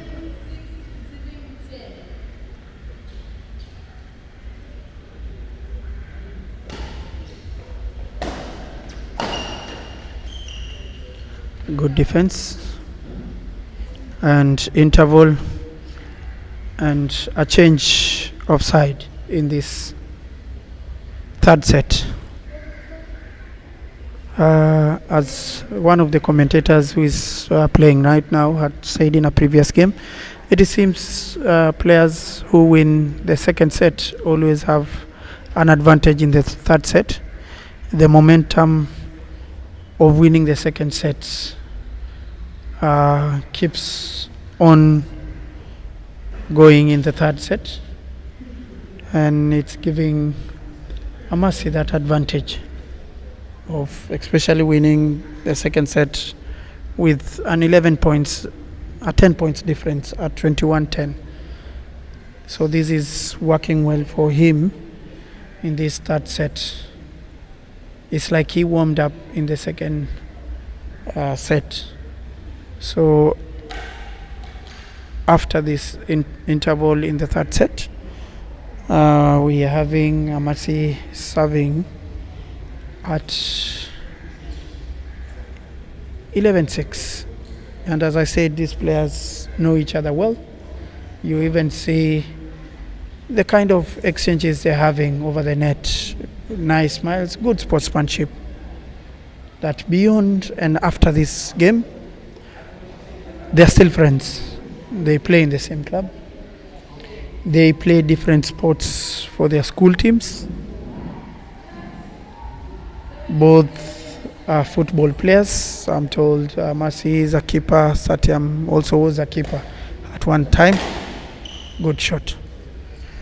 So this is playing well for them, and that is why you see the players enjoying the match.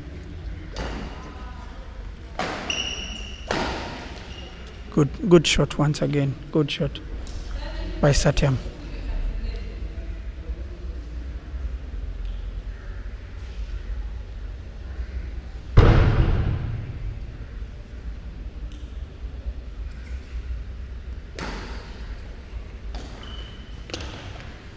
Once again, good judgment and good drop by Mahmoud Amarsi.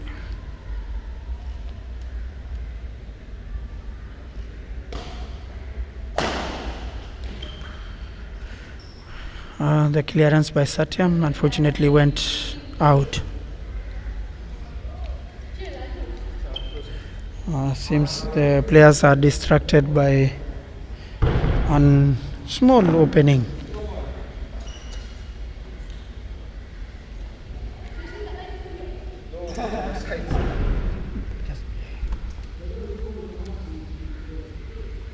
We have a short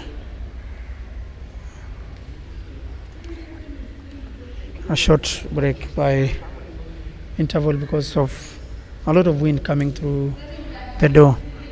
So the score is 13 for Mercy and 8 for Satyam. Good shot.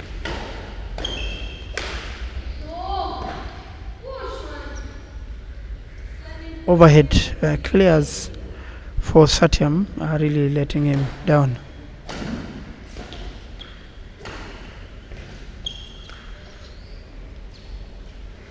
Seems Satyam is running out of ideas.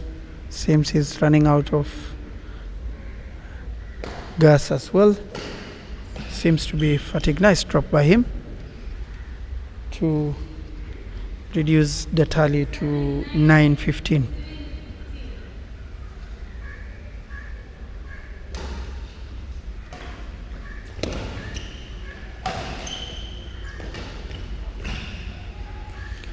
Once again, as I said, the height advantage is really working well for Mohamed Amasi, and he's having a runaway in this third set at 17-9.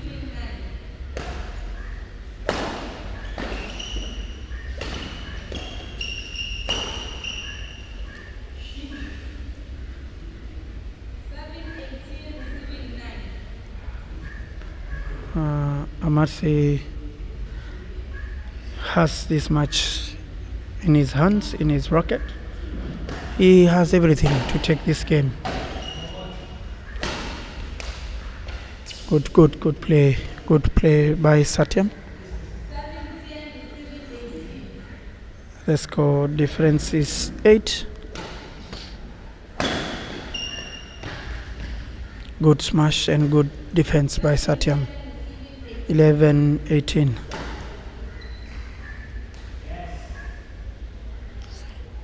Easy point for Amasi.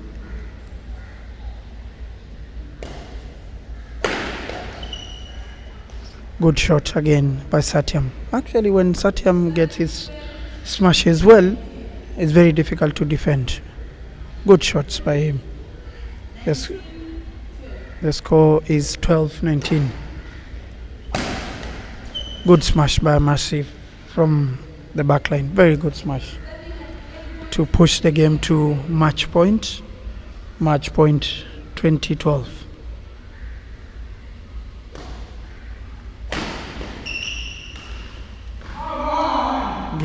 Game down. Good celebration by Amasi. Good sportsmanship by the two players. Match won by Mohamed Amasi, 21-16, 21-12. Good fight in that set by Satyam Gohil. It was not his day. He needs now to go back to the drawing board and check where he went wrong. And my advice as a veteran in this game and sport One, he needs to work very hard on his mentality in the game. We are taking a commercial break in this game as we wait for game 5 of the course.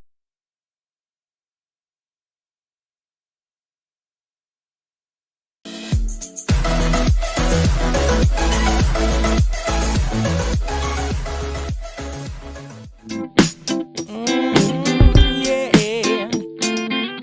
got the weight of the world on my shoulders, but I'll be alright. I'll be alright. Just put your arms around me, it'll get better, and I'll be alright. I'll be alright. I'll be alright. I'll be alright. I'll be alright. I'll be alright. I'll be alright. I'll be alright.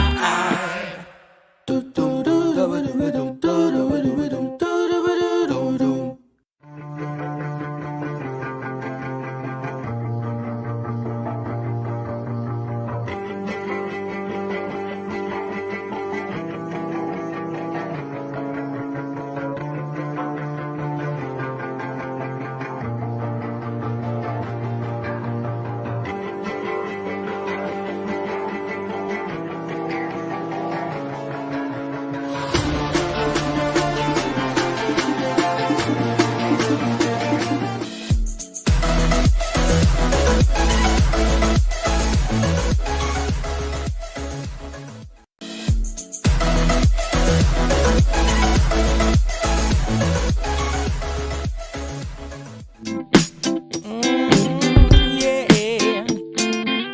got the weight of the world on my shoulders, but I'll be alright.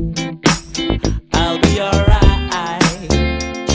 Just put your arms around me, it'll get better, and I'll be alright. I'll be alright. I'll be alright. I'll be alright. I'll be alright. I'll be alright. I'll be alright. I'll be alright.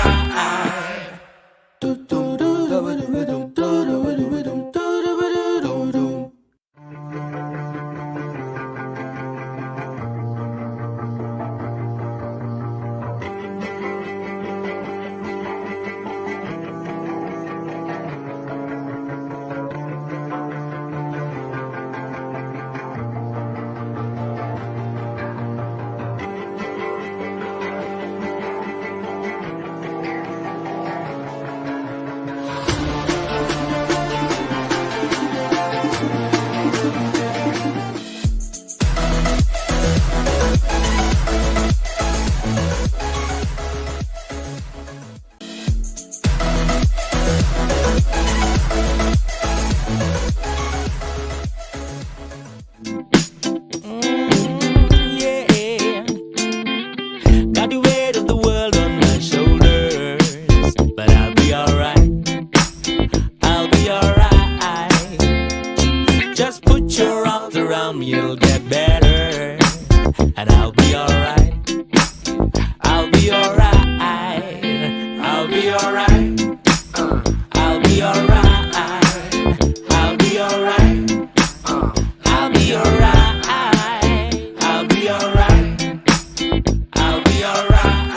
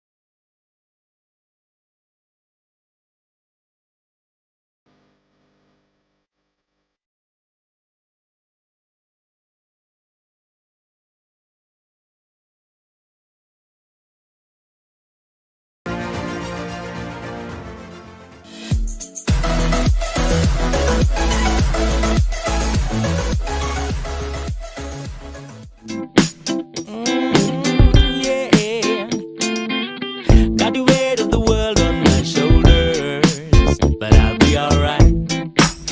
I'll be alright. Just put your arms around me, it'll get better, and I'll be alright. I'll be alright.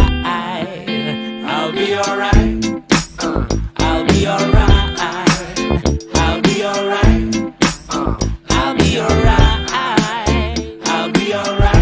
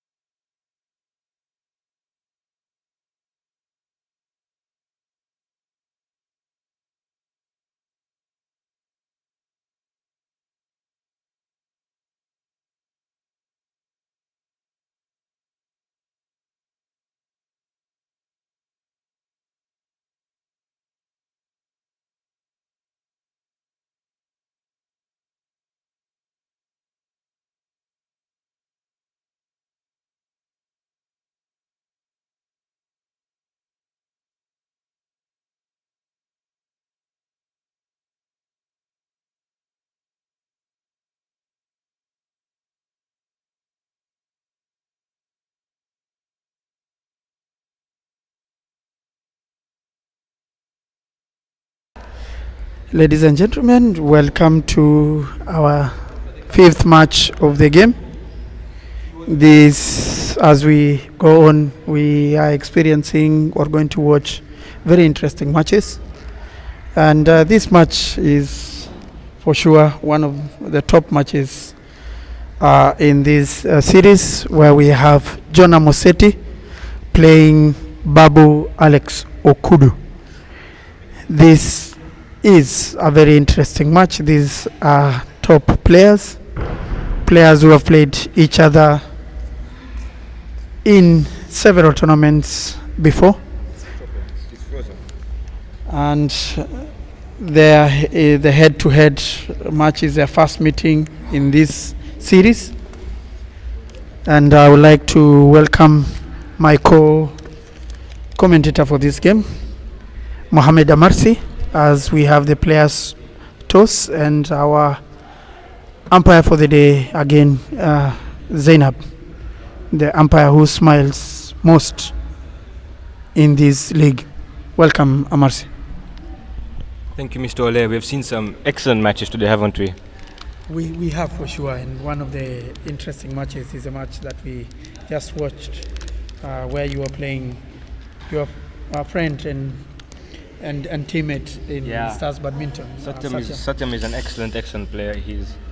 I remember when he started playing badminton, he wasn't that mature in how to play badminton, but there's a way of playing badminton, and after 2 years, his technique, his stamina, everything, it's increased not even tenfold, maybe 100-fold. He's become a really good badminton player. He has, and I admire his skills. Oh, okay. The first player profile is Babu Alex Okudu. His height is good, 162 centimeters. He's currently ranked first. His highest rank again is first. He's only 23 years, and one of his major attributes is his fitness levels. Actually, on the court, he can be able to cover each corner of the court. We have the profile for Jonah Moseti. Yeah, Jonah is 5 years older than Babu. Not 5, 4 years older than Babu. Sorry, he's 27. He's 160 centimeters, so about 7 centimeters difference. His current rank is 10th. His highest rank is 5th, and he's from Mombasa Badminton Club. Babu's only 23, but he's been around for so long. Yes, it's interesting. People will actually find it interesting that he's just 23 years. But looking at how many tournaments, especially within Mombasa, he has played in. Not just played, how many tournaments he's won. He just consistently wins. Yes, So far, I think he's the only player unbeaten in almost all the tournaments within Mombasa. Yeah, he's I think ranked number 1 in coast right now. There's no one better than him. Yes. And we have our match underway. I remember Babu started being my coach in 2016, so he must have been how old?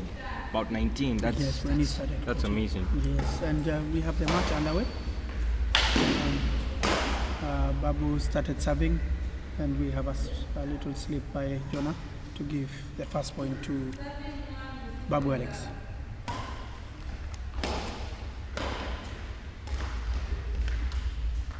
That's a good opening. Some good opening shots. How do you think this match is going to progress? Is it going to be a tight match? Who's going to win? What are your thoughts on this match so far? It will be, of course, a very good match. It will be a tight game. We'll expect, of course, Jonah to give a very good account of himself and fight for each and every point, despite playing the top-ranked player in the tournament.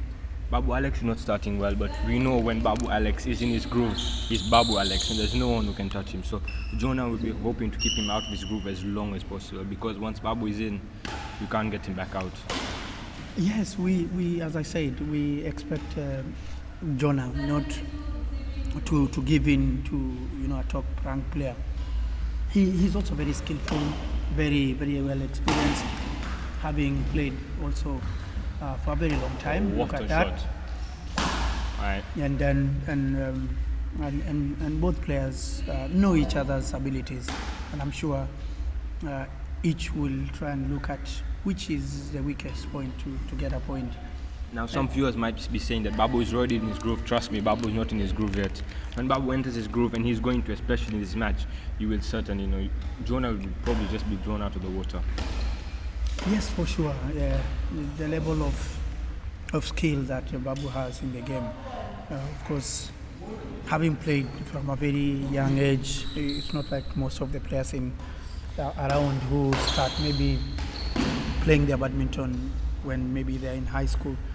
So he has that wealth of experience, having started playing badminton at a younger age.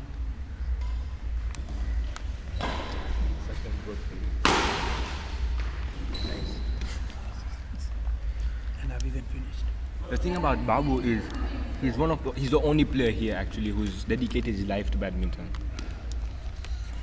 Yes, that again will be one of the biggest advantages he will be having in this game, owing to the fact that he's actually a professional badminton player. He lives badminton, he sleeps badminton. I even imagine he drinks and always thinks badminton every time he's walking, he's eating. And that will work a lot for his advantage. Babu Alex is obviously an excellent athlete. He doesn't drink alcohol again. If you look at the diet, it's extremely strict. His protein intake, his carbohydrate intake, it's a rigid diet he takes. Because he wants to be at that level. Yes, and you can see how much he's enjoying the game. Yeah, what a shot there. Good shot and good effort by Jonah Mosetti. Very good effort. Unfortunately, went out. I mean, at 9-4, it's a healthy lead. You can see Babu taking it from here. Yes, it is. And he's pipped actually to take the game to maybe 2 straight. But as I said, Jonah, the way I know him, he is always a very positive individual, very positive player, and I'm sure he's going to give a good account of himself in this game. Excellent shot. As you have seen that nice. Jonathan Mosetti will obviously be hoping to come back. He's had a 2 or 3 straight run of defeats in his 2 or 3 games, obviously. And we'll be hoping to come back. Yes, good idea by Babu Alex. Unfortunately, that's an ankle breaker right there. yes, and I can hear the reactions by Mosetti. Very good reactions that he saw that going in.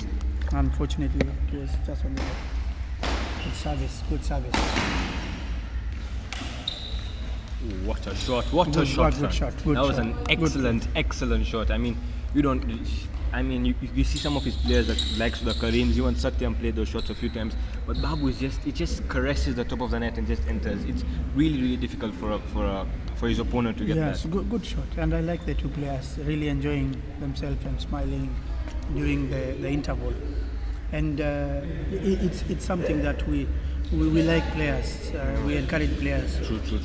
True. It's not about war. And when you're on the court, have fun, enjoy yourself, enjoy the game. Yeah. And your opponent is not your enemy. Yeah. At the end of the day, after the game, we walk eat home chocolate. smiling and we enjoy chocolate like the one Satyam has just given me here as I commented. I think a lot of young players watching the match right now, you have to watch Babu Alex, how he plays, especially Babu Alex, because the shots he plays, the drops he makes, especially the shot selection he has. Like a lot of players, that drop that he made, that cross drop that he made, a lot of players would have lifted it back, but Babu Alex had the awareness to know that his opponent might be thinking about going back, but if he plays a cross drop, his opponent wouldn't get it, and he didn't get it. So Exactly. Babu Alex is a role model for a lot of people, especially in the coast. Yes, exactly. Because as you are one of these young players, it's amazing for you to sit here and commentate and watch Babu Alex play. Yeah, we also have some very young players on our left, the tech team, the tech department. And Yes. Sorry about my chocolate. Yes, we have these young players. I can see Irfan. Good drop. John Amosetti, good skill. Yes, we see young players like it's very Imran, commendable. Irfan, very young players. Umul Banin, of course, one of We the have other also young Mikdad players. Merali also here. All of them from Jaffa Academy actually.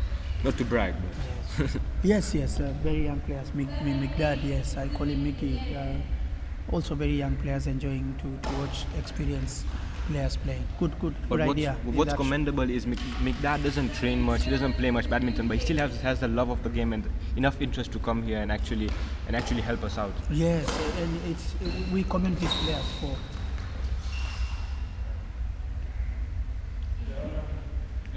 It's out. I straight out. Huh? I can't see. We are also becoming umpires as well as commentators. I saw it out. And we see the umpire didn't know. And of course, with no line judges. What did you see? Of course, I saw it. He went out. And I looked at Jonah's judgment. He was also pretty sure. Yeah, even I saw it out. Yeah, maybe the umpire should call a let. What do you think? Yeah, umpire. Yeah, we can encourage the umpire to call a let. Oh, she get the score to Babu Alex, to 12-8. Once again, now Babu Alex has noticed the weakest point, the weakest link, and is dropping his shots there. Good defense by both players. And what is that? Now Again, this is the problem. This is the issue of not having line judges. Yeah. Now I couldn't see that because Babu's leg was blocking it for me, so I wasn't able to see it. So Yeah, but it was out.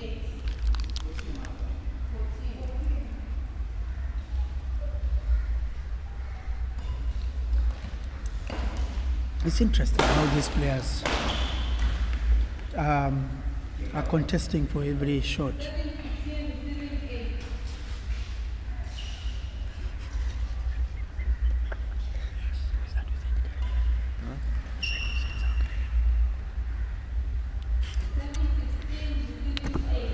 My co-commentator is reading the comments from our fans on our Facebook page. As we said, we are live in this game. Good effort by Babu Alex to cover the court. Unfortunately, the shuttle didn't go over the net. I said my co-commentator is enjoying the comments on our Facebook page. And somebody saying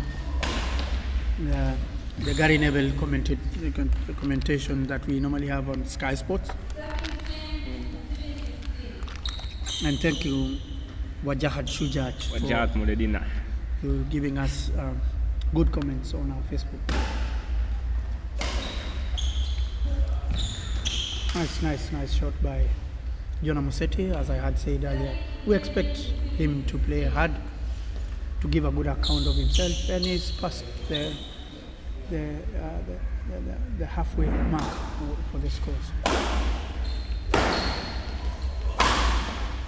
Oh, good defense, good smash by Babu Alex, and good defense. Jonathan Mosetti, even though he's down, he seems to have brought his A game. Obviously, he's being eclipsed right now by Babu Alex's brilliance, but he's still hanging in there. Yes, he's it. And when you look at the score, he's past the halfway mark.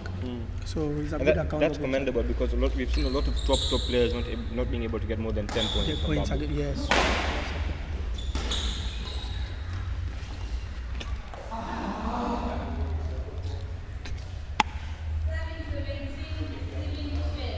Do you see Babu Alex being beaten in this league by any player?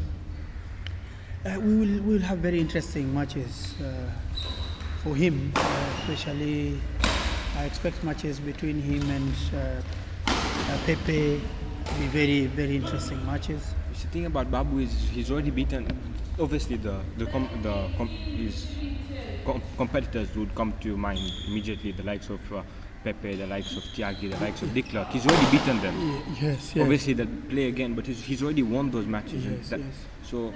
Yes, those are the only maybe few players that I know will give him a good run for his money. Even as you can see this match, it's not that easy. It's not just a walk in the park for him being a top-ranked player. Jonah Mosetti is giving him a good game, making sure that he covers all the corners of the court. Babu Alex is good shot. He's still not playing like Babu Alex right now. Obviously, that was an excellent shot. But I've seen Babu playing. I've seen him play against top players, and he still isn't in his groove right now. I do not know why, but there are so many factors. One of the major factors, of course, with this is the long break that we all had without training. The other factor, of course, that dwells in a player's going slightly down below his levels is also the kind of opposition that you have in the tournament. Yeah. So in the league, we still don't have maybe players who can competitively give him that maybe tough opposition. Yet, as I said earlier, we have 3 or 4 players who can push him to a score of 21-15, 21-17, as we are seeing now in this 21-13 right 21-13 is still not bad for Jonah Mosetti, who also has had a very long break when we all got back to training. He took a longer break. And of course, playing somebody who plays badminton day in, day out is also not very easy. Again, right now it is boiling. It is 32 degrees, and according to AccuWeather, the real feel is 39 degrees. So you can imagine have no idea how hot it is, and there is no wind. And remember, especially with the shuttles rely on humidity. The more humid it is, the faster they go. And the shuttle moves. Yes. Humidity right now is. Yes, it's 70% humidity, so it is really, really hot right now. Yes, it is extremely hot, and if all of us are sweating, we're not even playing and yes, sweating. If we are feeling the humidity, how about the players on court? You can imagine what they're feeling. I remember when I was playing against Satyam, Satyam was finished, I was finished. Like even Pepe when he was playing against Suhail, he was really, really, really tired. Yes. So we have the second game now, and let's see how it goes. If it shall continue having a Babu Alex. Look at that.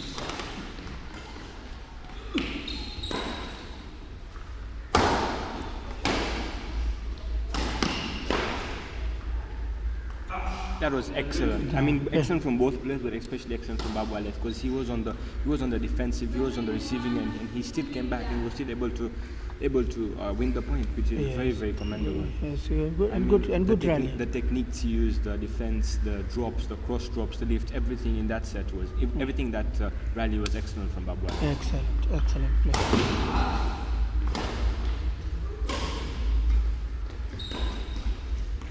Tricky shot.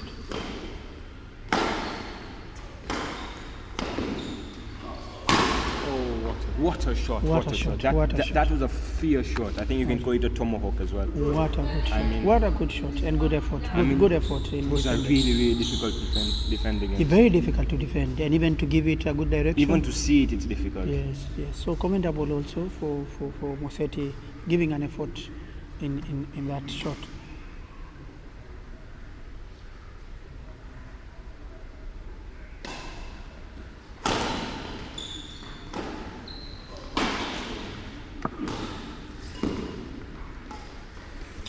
Hard luck. I think I can confidently now say that after that interval between the two sets, Babu Alex is now in the group. Yes, I wouldn't see Jonathan Massetti getting more than 10 points right now. It's too early to predict a score at 3, but as you at 4, and as you can see, the momentum that Babu had towards the end of the first set is moving faster now, and he's getting it right, and he's fully warmed up, and we are seeing a second set that may be one-sided. Yeah, a masterclass more than anything. Poor judgment. But it's poor judgment. But if you could see, it landed right on the line, and that's an excellent serve. Yes, good serve.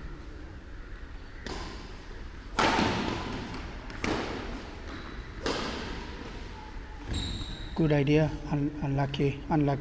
Jonathan's body language isn't as it was in the first set. He looks a bit more deflated, a bit more flustered. Yeah, because what happens is when you're on a backside and you're defending a score against a top seed player of 7 love, it's not easy. It's not easy. 8 love. Yes, and this is not mirroring what we saw in the first set. Yes, because then the momentum that Babu had from the first set seems to be on a high. And he seems to have really grown into this match. And just as we say that, he makes a very uncharacteristic mistake. Very uncharacteristic, because we don't really usually see Babu Alex making a service fault. Yes. This is exactly what he did right there.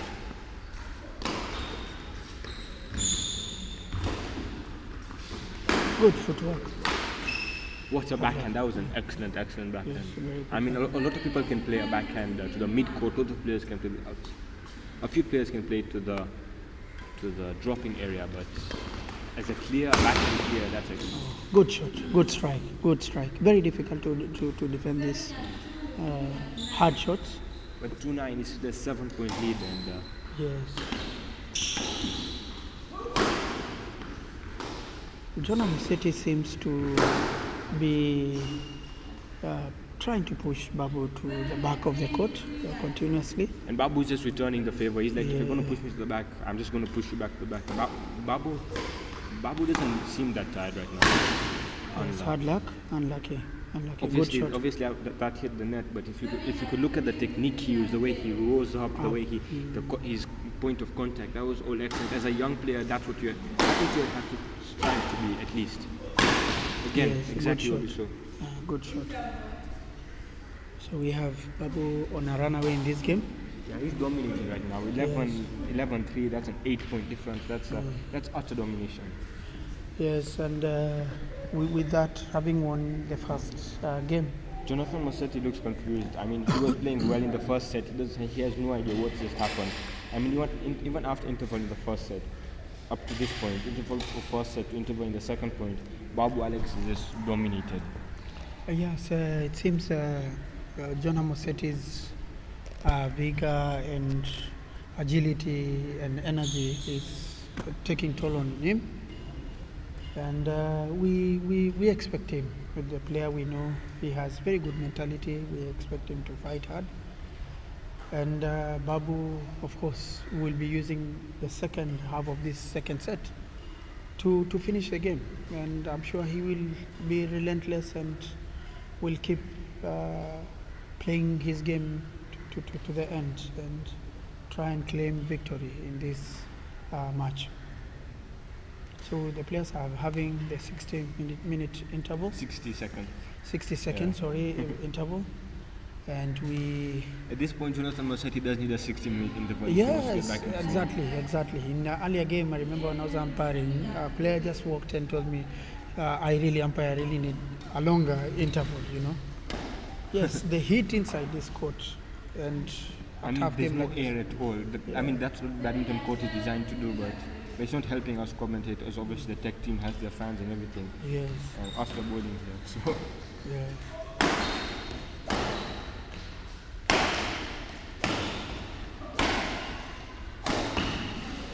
Good idea by Musetti. Unfortunately, the shuttle didn't cross over. So We have a 10-point point lead by Babu Alex. Good shot. Good defense. Oh, tricky shot. Nice slice on the shuttle. Very nice slice by Babu Alex. Good skill.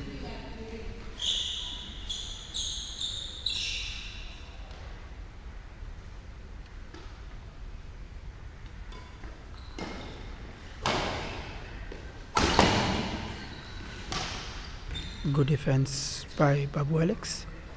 Unlucky for Museti on the net shot.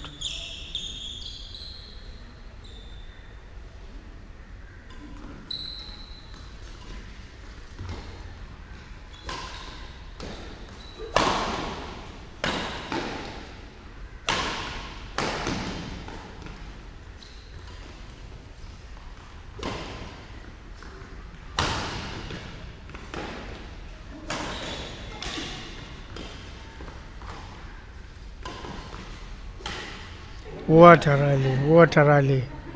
rally, and what a skill by Babu to play a nice backhand. Very, very nice tricky shot. Jonathan Mosetti just giving out his frustration. I mean, that's the first time we've heard him actually voicing his frustration. It seems Babu is really, really worn him down.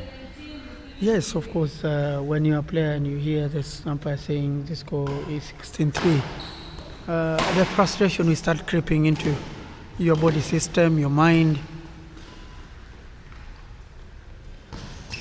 Wow, Nice but shot. it doesn't seem that he'll get over 10 in this game. No, This is no. I predicted before. Yes, I mean, yes. Babu Alex is now in the groove. It's still hot. It's hot, and I mean, you have to commend both players. They're playing in extreme heat. They're playing in extreme humidity, and it's really good to see. Good judgment. Yeah, Good good judgment. And this is where, when you have, as a player, when you have a score of 4 against 18, you really wish that such a point will drop inside the court, you know? Yeah, I don't know how to explain it. It's a terrible feeling. Yes. We've all been there. It's a terrible feeling. So I think Monas Museti now is just playing for fun now, Yeah, to enjoy himself. he needs to finish the game. Yes.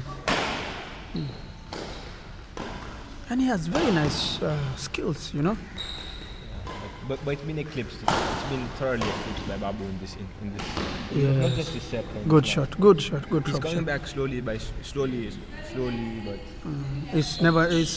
for at him. 18.5, do you feel it's too late? It is too Yeah, late. it's too late. It's too late for sure. But we can never know. Anything can happen.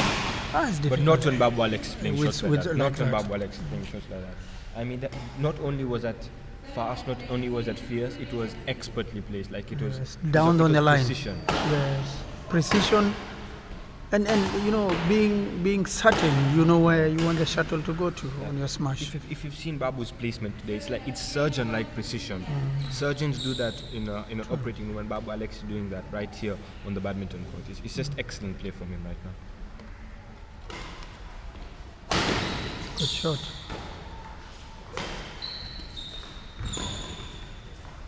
Unlucky. 26. He had 14 match point opportunities.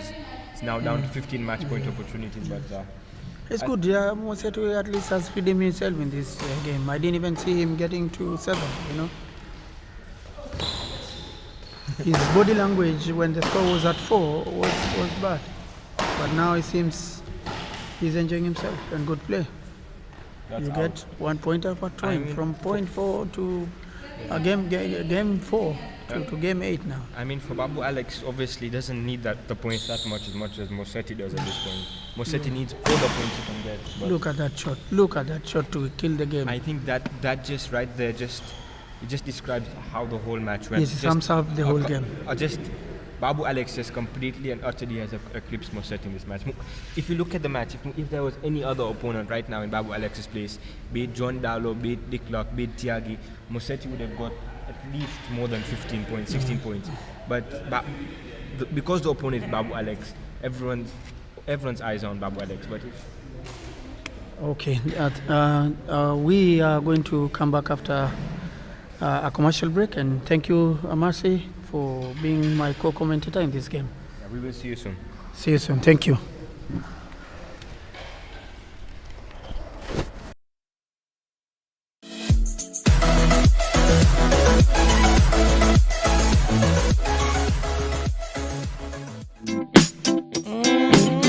Yeah, got the weight of the world on my shoulders, but I'll be alright. I'll be alright. Just put your arms around me, it'll get better, and I'll be alright. I'll be alright. I'll be alright. I'll be alright. I'll be alright. I'll be alright. I'll be alright. I'll be alright.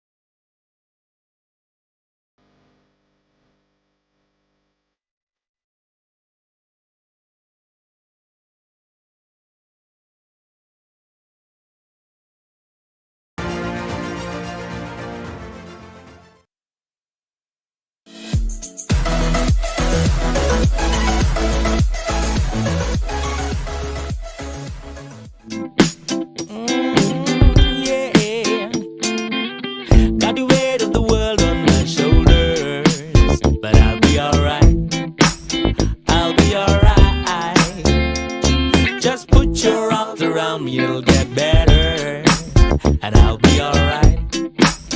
I'll be alright. I'll be alright. I'll be alright. I'll be alright. I'll be alright. I'll be alright. I'll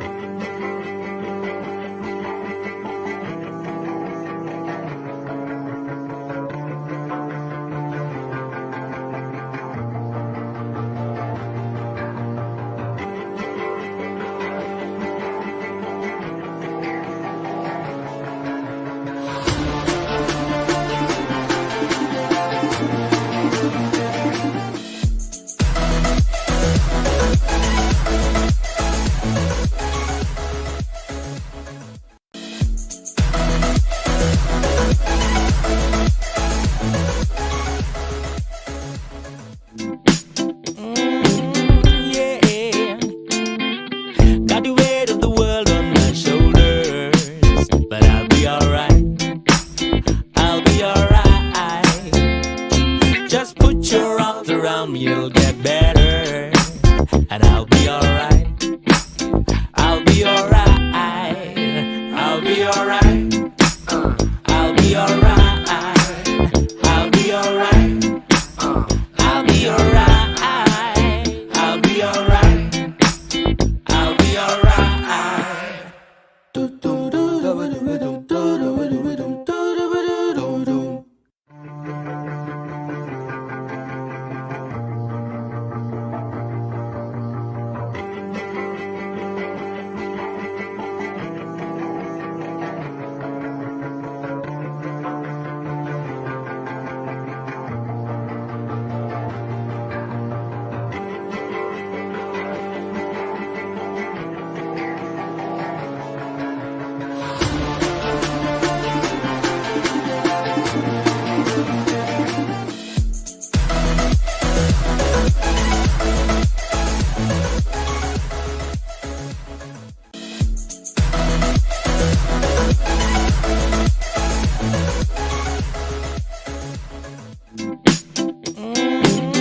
Yeah,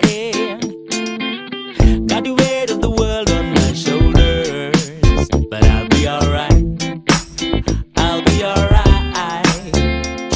Just put your arms around me, you'll get better, and I'll be alright. I'll be alright. I'll be alright. I'll be alright. I'll be alright. I'll be alright. I'll be alright. I'll be alright.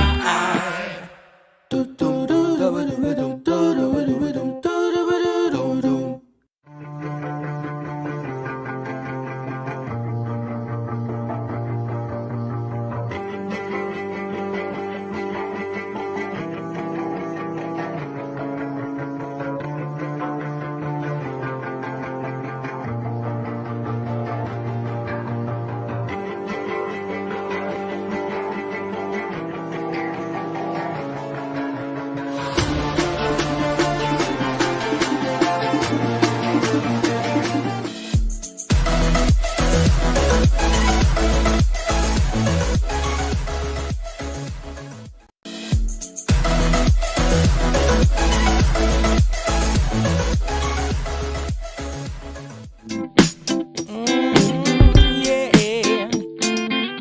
got the weight of the world on my shoulders, but I'll be alright.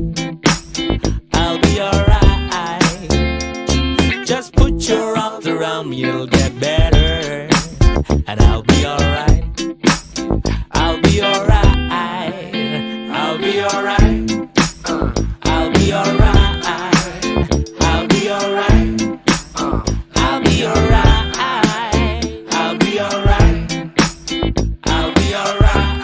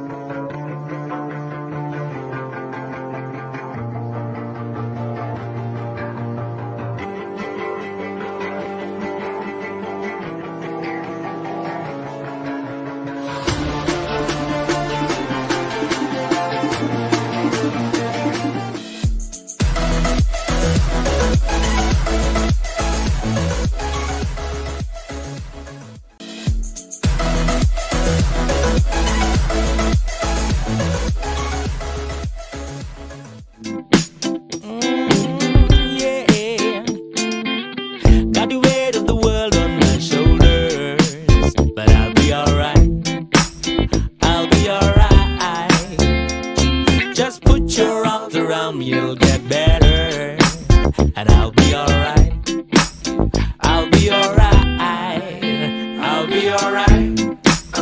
I'll be alright. I'll be alright. I'll be alright. I'll be alright. I'll be alright.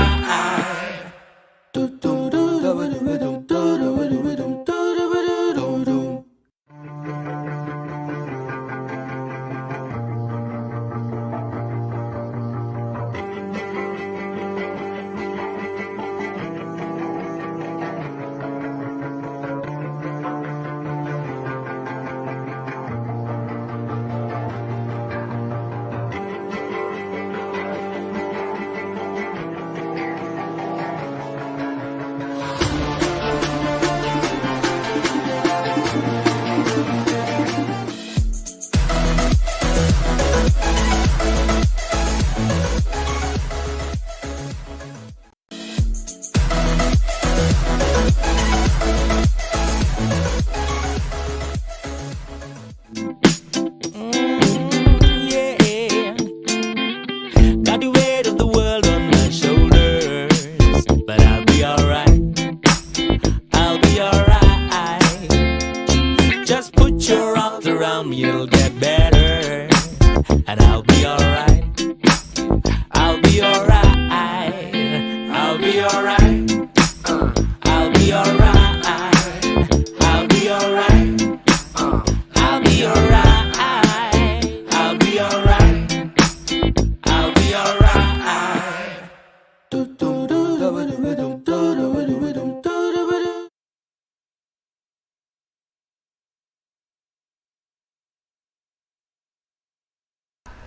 Welcome back to match week 8.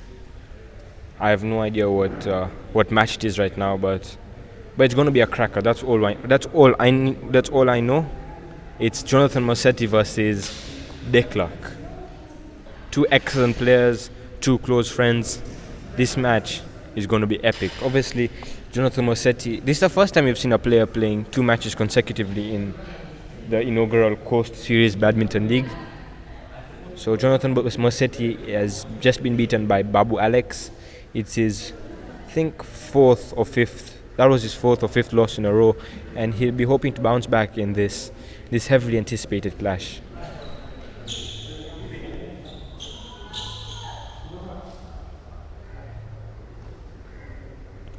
My co-commentator from the last game, Mr. Sonolik Ole, has transformed into an umpire for this game, so that's going to be interesting. He's obviously, as I said before, a veteran in coast sports, be it football, be it badminton, be it hockey, be it swimming, be it cricket, anything. He's always there.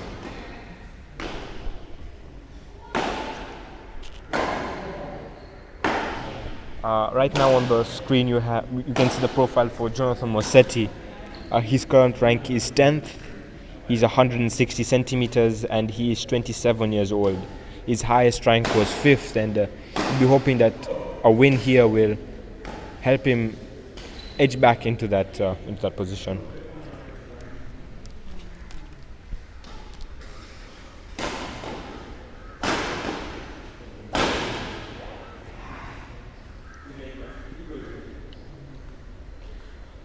On the screen right now, you'll be seeing the profile for Declark Otsula, if I'm pronouncing that correctly. He's a year younger than Mossetti. He's 26 years old. He is slightly taller, coming in at 168 centimeters.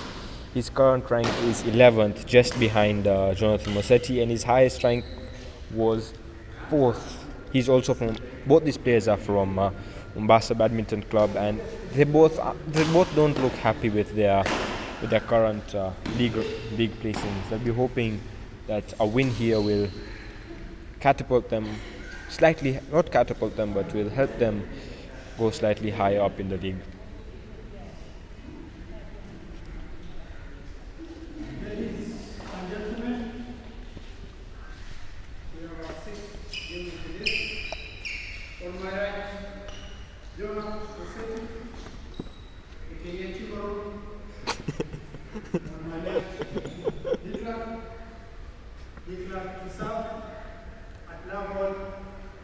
Ubclix has a service for this, and he starts it off.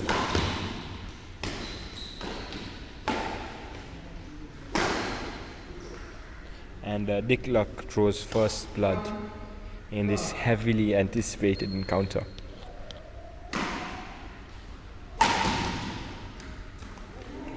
And Ubclix gets the next point as well.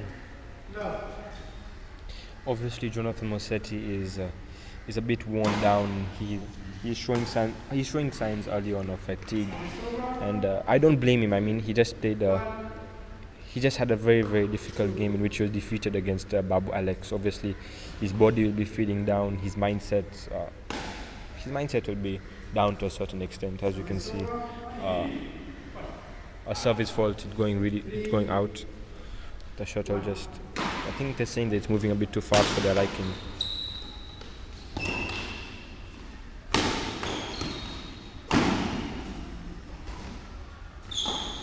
That was an excellent drop from Ubclix. 4-1, that's a 3-point lead at this stage, but it's still too early to call, obviously.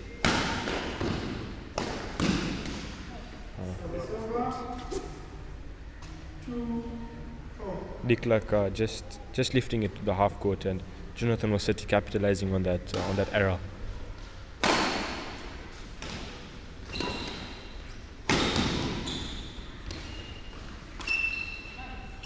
Uh, 3-4.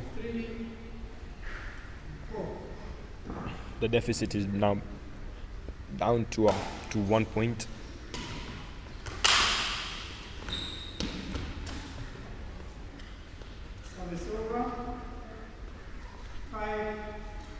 Five, 3. We saw some excellent drops there from both the players, but Ubclix came out on top. And a fierce smash on the right hand side of Ubclix's court from Jonathan Mossetti, and he wins the point.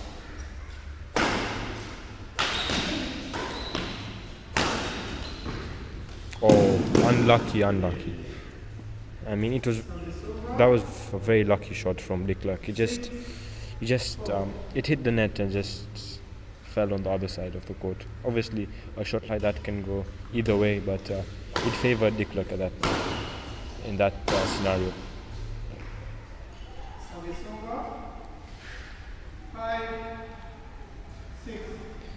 5-6. The deficit now back down to 1 point. You know, this is really commendable from Jonah. He's played a really, really difficult game, and he's still here. He's still fighting, and he's leveled the scores even after having a 4-point deficit, I think it was. So this is really, really good from Jonathan Mossetti.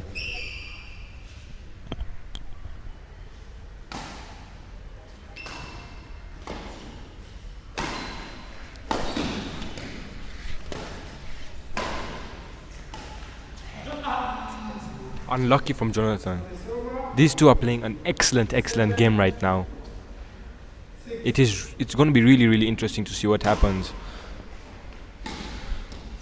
And Jonathan just seems to be suffering again from fatigue.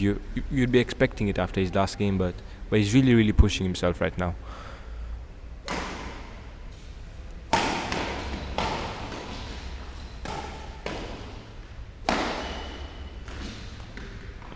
That was an excellent rally, but we are seeing some rather unforced errors. I mean, that was a simple shot from Ubclix. I don't know why. It seemed that he just lost control or something for a second.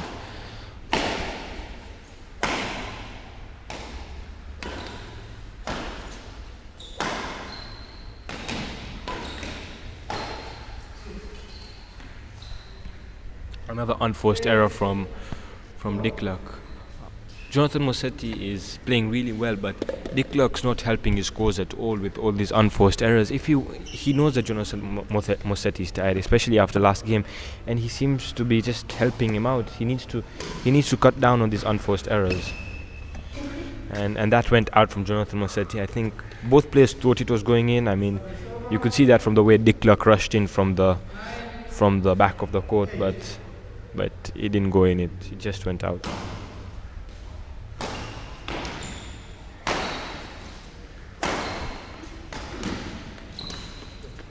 This is some excellent badminton.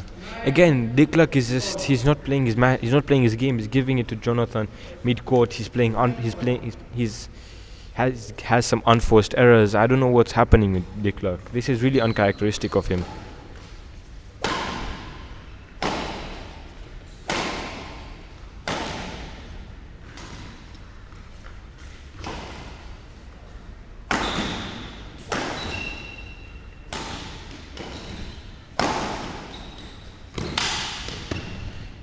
Excellent play from both these players. I think Jonathan Mossetti actually hit, if I'm correct, I can't really see from here, but I think he hit 2 shots that were actually out, and that's actually going to cost him later on maybe. Like right now it's 10-9.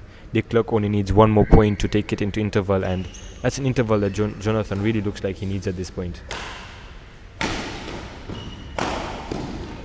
What a shot from Jonathan. He ties it up. Both these players know how important it is to take a lead into the interval. Even if it's a 1-point lead, taking a lead into an interval really boosts your momentum. It really boosts your mindset. So they'll both be hoping to get the next point. And Jonathan Mossetti gets the point. This is excellent from both players, but especially Jonathan Mossetti. As I said before, and I'm going to repeat it again, he is tired, but he's still pushing himself. And he's playing really well.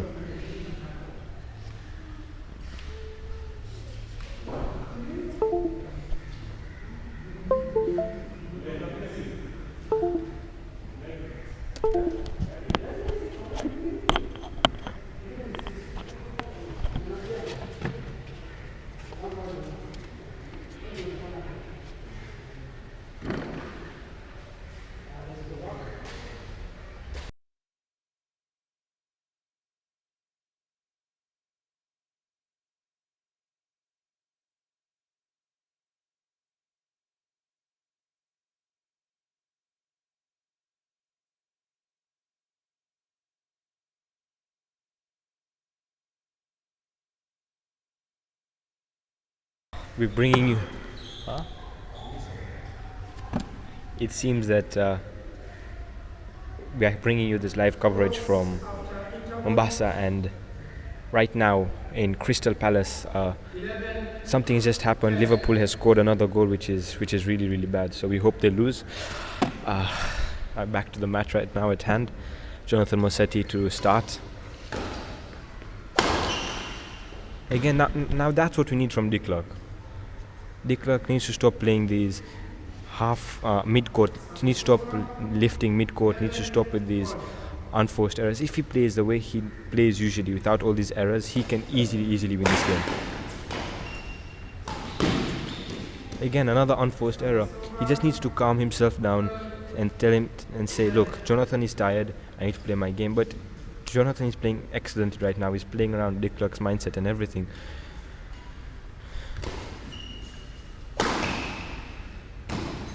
Again, excellent shot from Dick.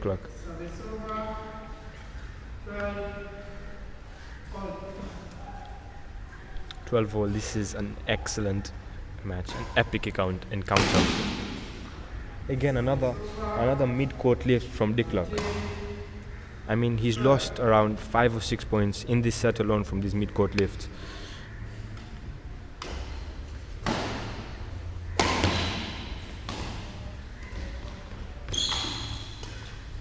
Now that was an excellent. It wasn't an excellent tap. I mean, it was an easy point for Dick to win. 13-all. Again, this is a really interesting match. Again, another mid-court lift. Dick has to serve into the clears box, and if he doesn't do that, he's not going to win this match. That was bread and butter for Dick. A simple shot. It comes naturally to any player. It was just it was a light lift over the net and just a smack from Dick.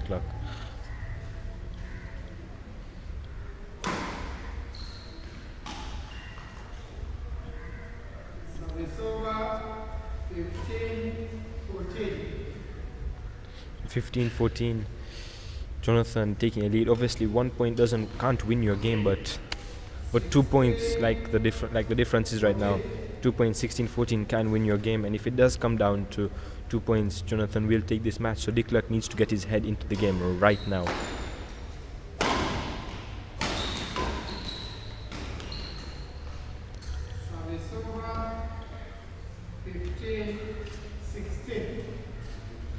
What I'm hoping to see a lot from de Klerk is his drops. I haven't seen any. De Klerk hasn't dropped at all this match for some reason. And another unforced error from de Klerk. De Klerk has to understand he needs to lift it, a nice easy lift into the clears box, and then take the match from there. Every single time he has done that, a nice easy lift into the clears box, he has won a point. Oh, excellent. I think he heard me or something, because he played an excellent drop there.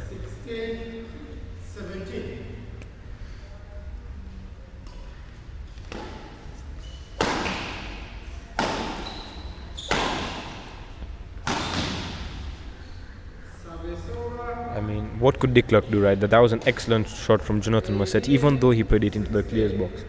18-16, that's a 2-point lead.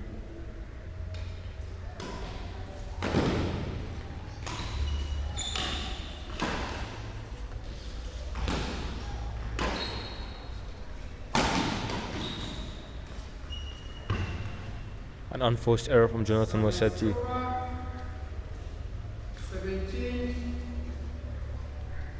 17-18.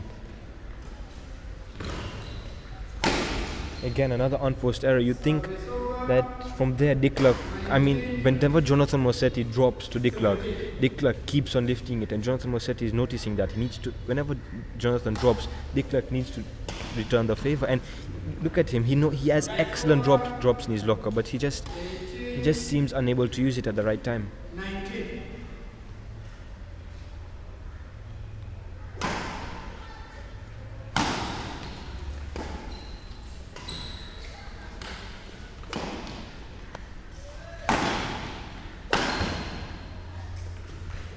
What an excellent shot. Again, de Klerk has realized that his mid-court lifts are costing him. 19-all, this is an excellent match at this point. Another mid-court lift from de Klerk. It's cost him before. I mean, it's 19-all, it's a crucial point. It's a point before the final point, and you'd sit down and you look at de Klerk and you'd ask him, why would you play how do you serve like that at such a crucial point?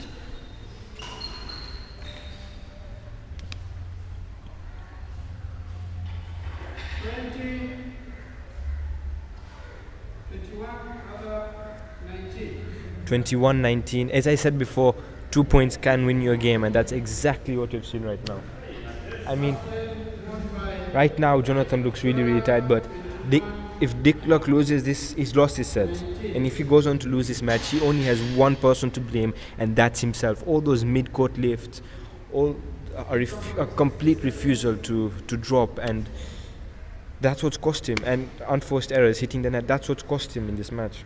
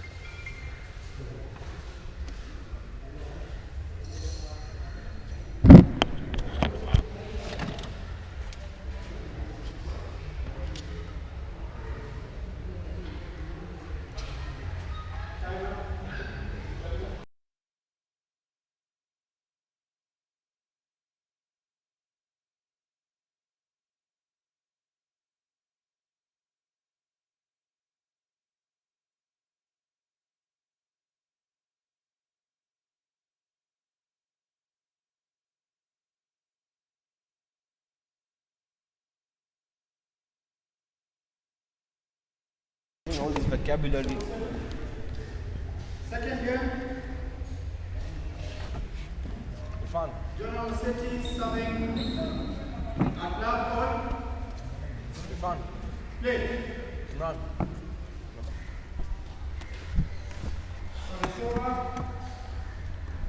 And Dick Luck draws first blood in the second set of this match. Obviously, and Dick Luck gets a second point as well. Obviously, it's really, really hot inside this court. There is no wind. Both players are sweating profusely. I mean, I really feel for someone like Jonathan Mossetti, who's played 2 games on the bounce, but he still seems to be able to get the points.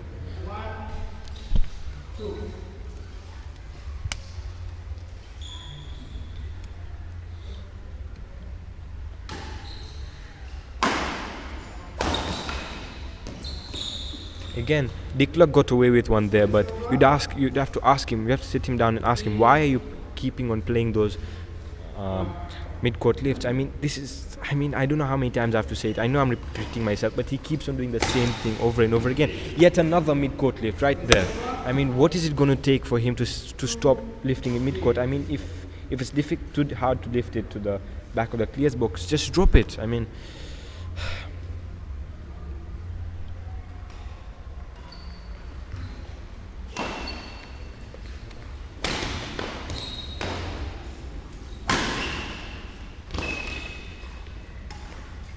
I think that was out from Dick Luck, and it was an excellent judgment from Jonathan Mossetti.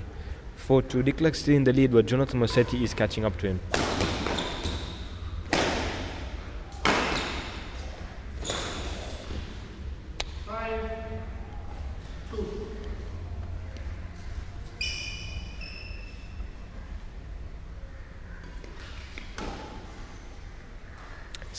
That's a 4-point lead. It is healthy, but Dick Luck did have a healthy lead of 4 points yet again in the first set, and we saw Jonathan Mossetti coming back.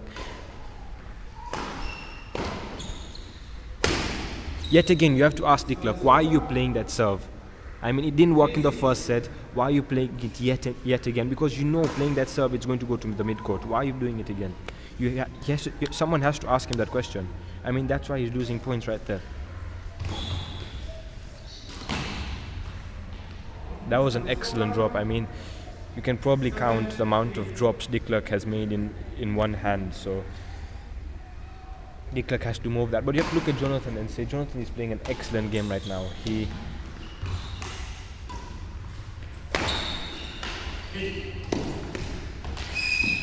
Jonathan Mossetti is playing an excellent game. I mean, he looks really, really tired. Like, he looks really worn down. But he keeps getting the shots. He keeps going for the shuttle, and this is really, really commendable from him. I mean, I see Dick Luck coming back in. Dick Luck looks to be coming back into this game now. He's playing all his shots like we know he can. His drops. I think he stopped slightly with those mid-court lifts that we saw him doing a lot of. So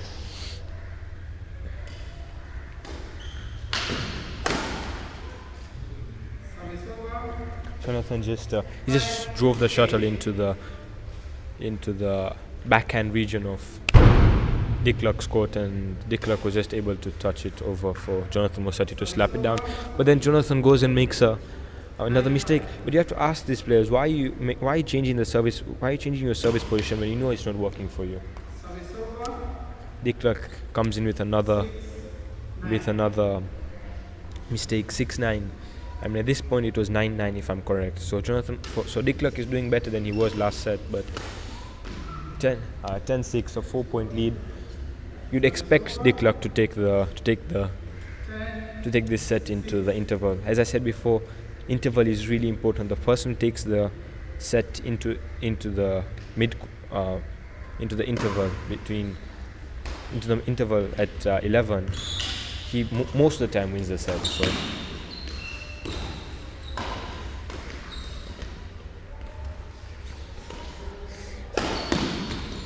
that was excellent from Dick Luck. That's 11-6. That's interval. An interval that Jonathan Mossetti desperately needs. I mean, just looking at him, he is sweating. He's really tired at this point.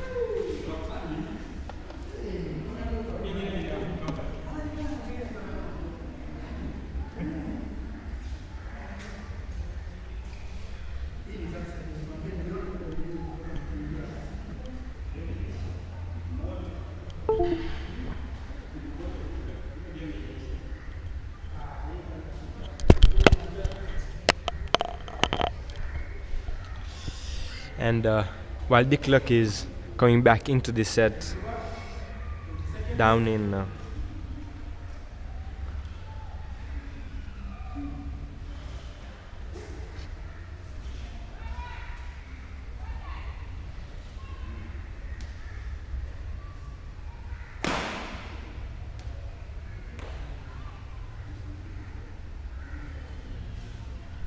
as I said before, while Ubclix seems to be coming into this set, down in South London at Selhurst Park, we're seeing Liverpool going into the break at halftime with a 3-0 lead. I mean, that's catastrophic, really, really terrible. I mean, we'd hope they lose, but it seems the maximum Crystal Palace can get is a draw. So we hope Liverpool go down really, really badly. Back into this match. Ubclix wins the first point after interval to extend his lead to 12-6. That's now a 6-point lead. But yet another unforced error from Ubclix. I think he's made about four or five unforced errors straight from a service. And it seems Jonathan Mossetti just returns the favor and makes an unforced error from a service right after Ubclix does so. And yet again, another unforced error. I mean, when you are young, we had Mr. Sly last time here telling us that when you're a young player, your coach usually tells you do not try to win a point off the service, and it seems these two players are trying to do exactly that. And I don't know what they're trying to get from that, but it wasn't working from them. And Ubclix goes into his pose again. That was excellent. I think this is the first time Ubclix has no. It was out. It looked into me.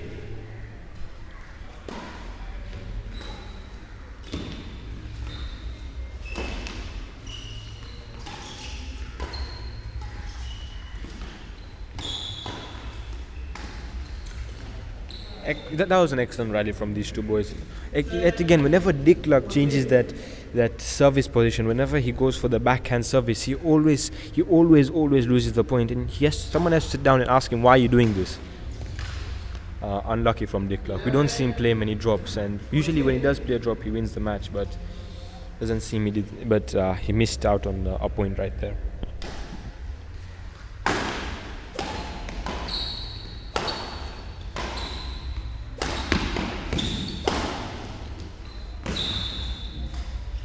Excellent there from Ubclix. I mean, he was in control of the set. Then these unforced errors and the mid-court lifts and the refusal to drop a lot of the time cost him. But there you could see obviously the shot before the winner was a drop, and it did work out for him.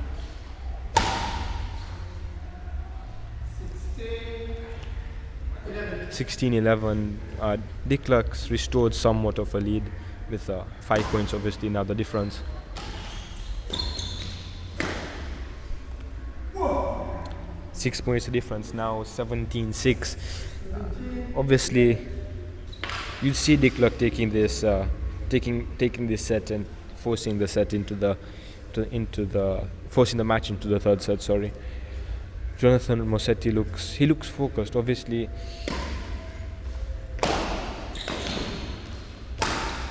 Jonathan Mossetti looks focused, but obviously in the back of his mind he'll obviously be already thinking about the third set. Both players will already be thinking about the third set. For Jonathan, he's really, really tired, so for him, ideally he needs to finish the match now in this set. I mean, in the third set, obviously it'd be favouring Ubclix.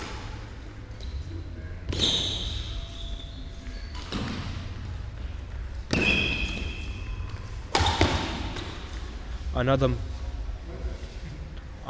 mid-court lift, but that time Ubclix got away with it. Again, Jonathan Mossetti, he's playing really, really well. I mean, I have to commend him on that.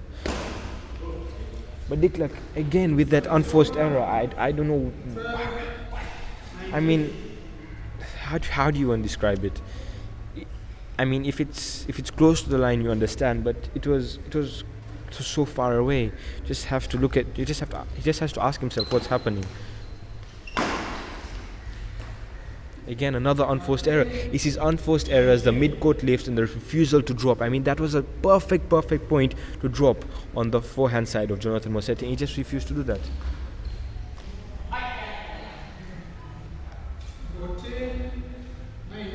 14-19. I mean, Dick Luck needs 2 points to finish off this set. Jonathan Mosetti still has a deficit of 5 points.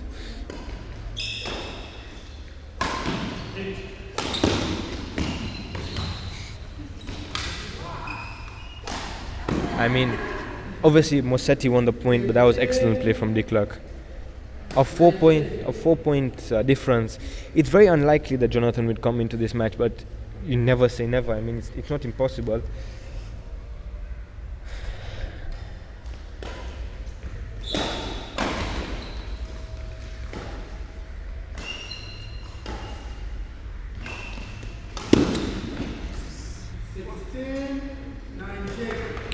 $16-19. I mean, Jonathan could realistically still come back in this match. I mean, I said it was unlikely with him being 5 points down, but at 3 points down, doesn't seem so unlikely anymore.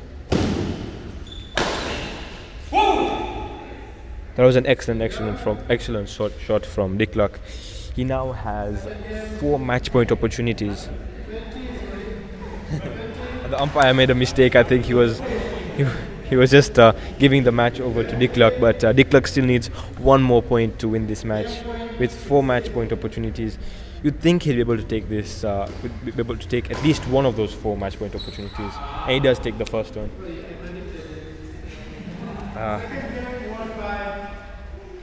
The second set has been taken by Dick Luck, 21-16. But let me remind you, Jonathan Mosetti won the first game 21-19. I mean, I said before this match, this is going to be one of the toughest matches of match week 8, and it's turning out to be exactly that. I mean, for a lot of the matches today we've seen, especially the ones that are going to third set, we are seeing someone dominating the first set, someone dominating the second set, and then someone dominating the third set. But here we are seeing 2 identically close sets. So obviously Jonathan is really tired, but if Dick Luck continues with his unforced errors and these mid-court lifts, it's going to be easier for him to win this game. But if Dick Luck continues the way he did in the second set, his drops, his clears into the clear box, he has a good chance to win this match. He's still very, very unpredictable right now.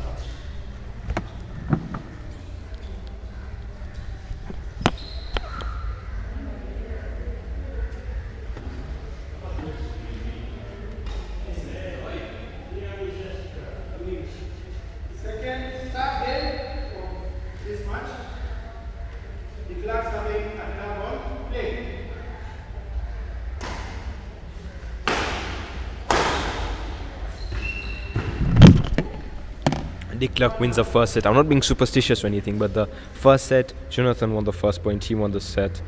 Dick Luck won the first point, the second set, and he won the set. Now, does this mean that Dick Luck will win this set?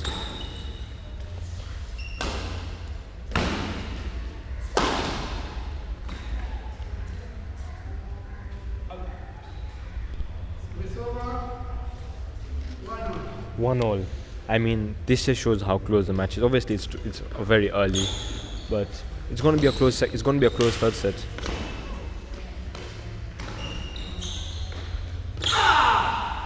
Exactly, that's what Dick Luck needs to do. Exactly that. I mean, in the first and second set, we saw him whenever Jonathan dropped, he would lift it back, and Jonathan is going back anyway. So Dick Luck just dropping it back just shows how much he's learned from his opponent. Excellent from Dick Luck. I mean, I said he had refused to drop, and it seems he has learned from that, and he's now dropping very, very well.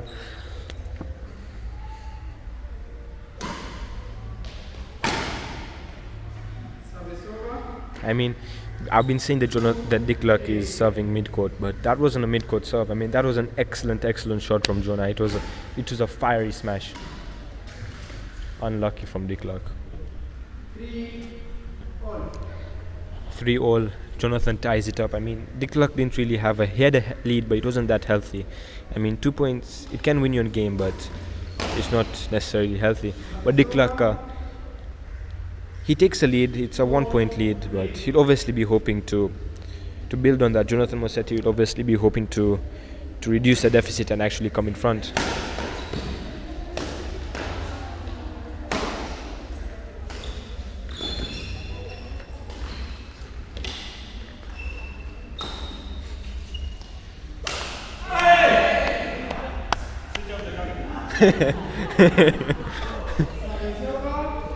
Dick Luck saying switch off the camera. I mean, he scuffed that shot. He had it. I think he just maybe he was overthinking that or something. But again, he's really, I don't know how to say it, but he's matured from what he was playing in the earlier sets.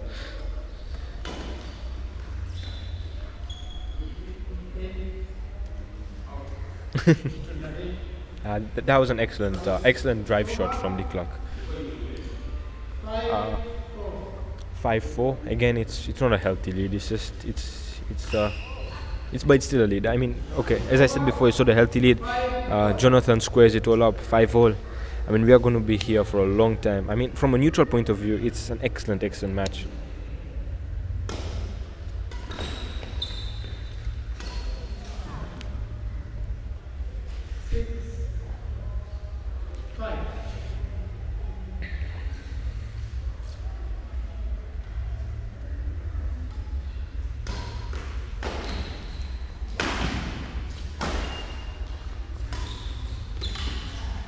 Unlucky from Dick Luck. He tried to play a cross drop, and it didn't fail miserably.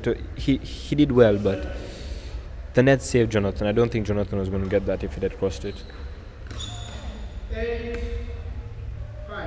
8-5.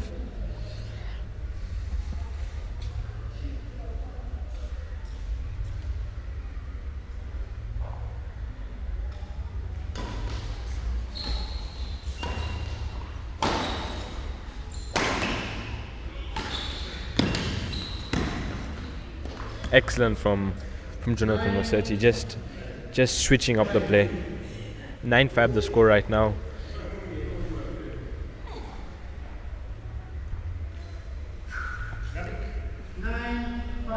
As I said before, Jonathan Mosetti only needs 2 points to take it into interval.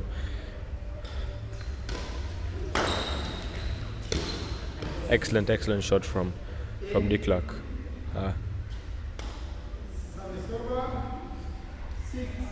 I mean, these two are both playing an excellent game. Obviously, you're seeing a clutter of unforced errors at once. I mean, some service faults, this and that, but overall, it's been an amazing match.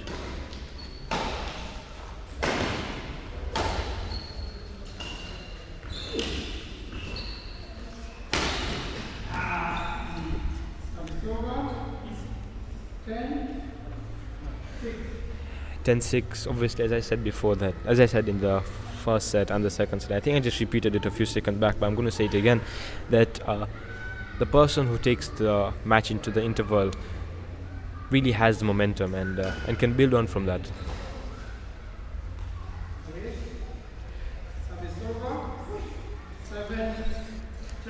Seven-10. Both these players are extremely tired now, especially Jonathan Mosetti, it's his second match on the bounce now.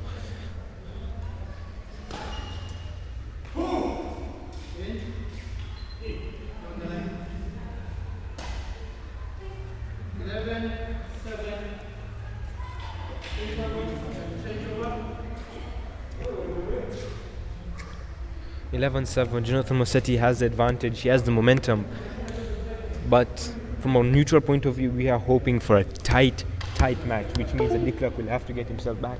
I mean, it's a 4-point lead. It's a healthy lead, but anything's possible in badminton. I mean, it's just 4 points. Dick Luck could just get those 4 points on the bounce right after the interval, and we'll be back at 11-all. And obviously, that's what you're hoping for. I mean,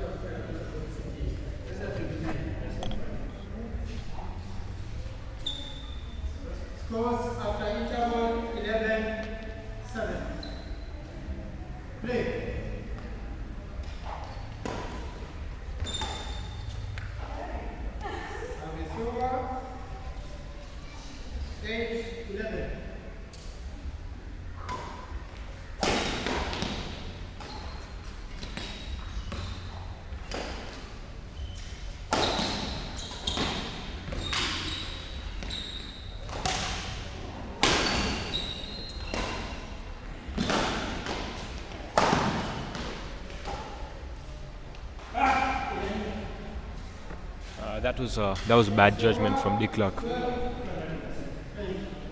12-8, still a 4-point difference.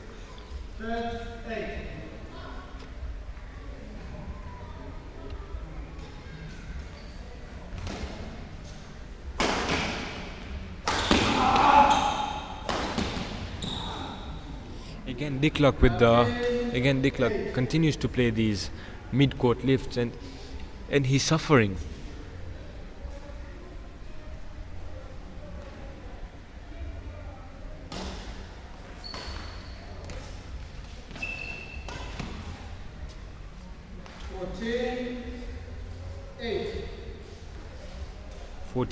A 6-point difference. It's a healthy lead now. Dicklack will obviously be hoping to come back. His fans will obviously be hoping they'd come back, but it seems unlikely at this point. I mean, he's brought the deficit down to 5 points, but it seems highly unlikely. I mean, Jonathan Mossetti looks focused. He is tired, but he looks like he'll take it into the. He looks like he'll finish his set off. Saying that, I mean, it's still unlikely at 10-14, but it's only a 4-point deficit. He has crawled back and taken 2 points. 3 points now. I mean, is it possible? I mean, if Dicklack wins this game, this is going to be awesome, because being 6 points down, especially in the third set, and at such a late point in the third set, will be incredible. Excellent from Dicklack. 12-14 on only 2 points difference. As I said before, 2 points is not a very healthy lead. It still obviously can win your match, but it's not healthy now. But Jonathan Mossetti increases Dicklack's deficit to 3 points now. 15-12. Service over. 13-15 the score now.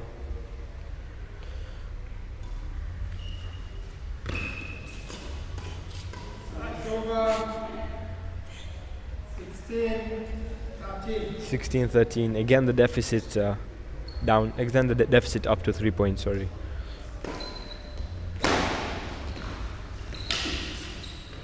And again the deficit down to 2 points. I mean, 14-16. Dicklack now has to take the opportunity. He can't leave it too late to. Now I don't know why he keeps on doing that. Why can't he just play a nice, simple lift to the back of the court? I mean, Jonathan, he's done that time and time again, and Jonathan Mossetti has just pounced time and time again.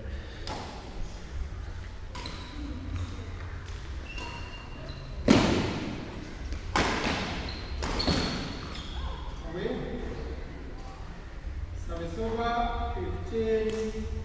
15-17. 15-17 again. It's the difference now down to 2 points. Unlucky for Dicklack. He just caressed the net and went on to the other side. Obviously, I think if it didn't, Dicklack might have had a chance, but once he did, it just took Dicklack out the picture.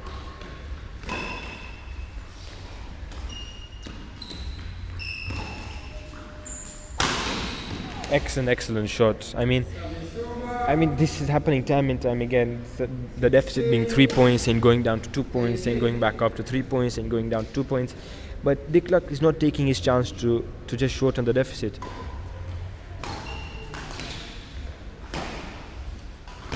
Again with that service. I mean, it's an important point. Why does he keep on playing that service? I really don't understand.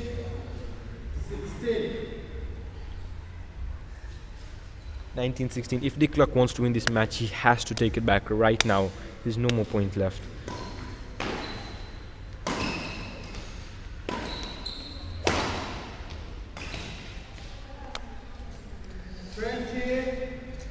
Match point 16. 20 match point 16. Jonathan has 4 match point opportunities. I mean, it's Deklerk changes his racket, but I mean, it's unlikely that Jonathan will give up 4 match point opportunity. But if he does, it's going to be really, really amazing. It's going to be something. It's going to be something. It's going to be an art for Deklerk. And I think that just shows what happened this match. Deklerk, with his unforced errors, with his mid-court lifts, and his refusal to drop until after the interval of the second set. But Jonathan, you have to take nothing away from Jonathan Moset. He's played an excellent game. It's his second match with the bounce. He's celebrating right now. I mean, Jonathan has played an excellent game. I mean, both of the players are very good friends. They will shake hands. They will rejoice. Right now, I think we have a few more matches after this. We are going into a commercial break. We will be back soon.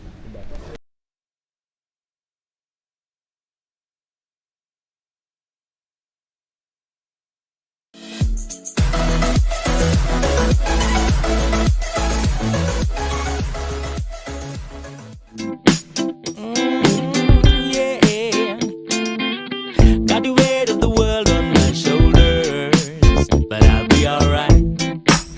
I'll be alright. Just put your arms around me, it'll get better, and I'll be alright. I'll be alright. I'll be alright. I'll be alright. I'll be alright. I'll be alright. I'll be alright. I'll be alright.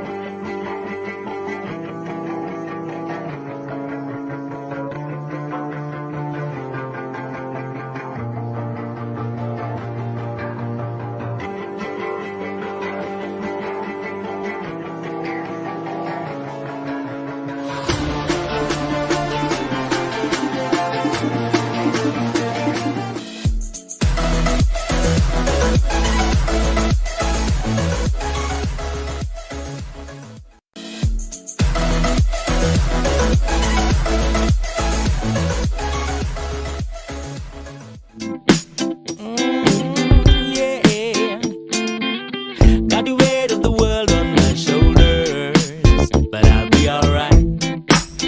I'll be alright. Just put your arms around me, it'll get better, and I'll be alright.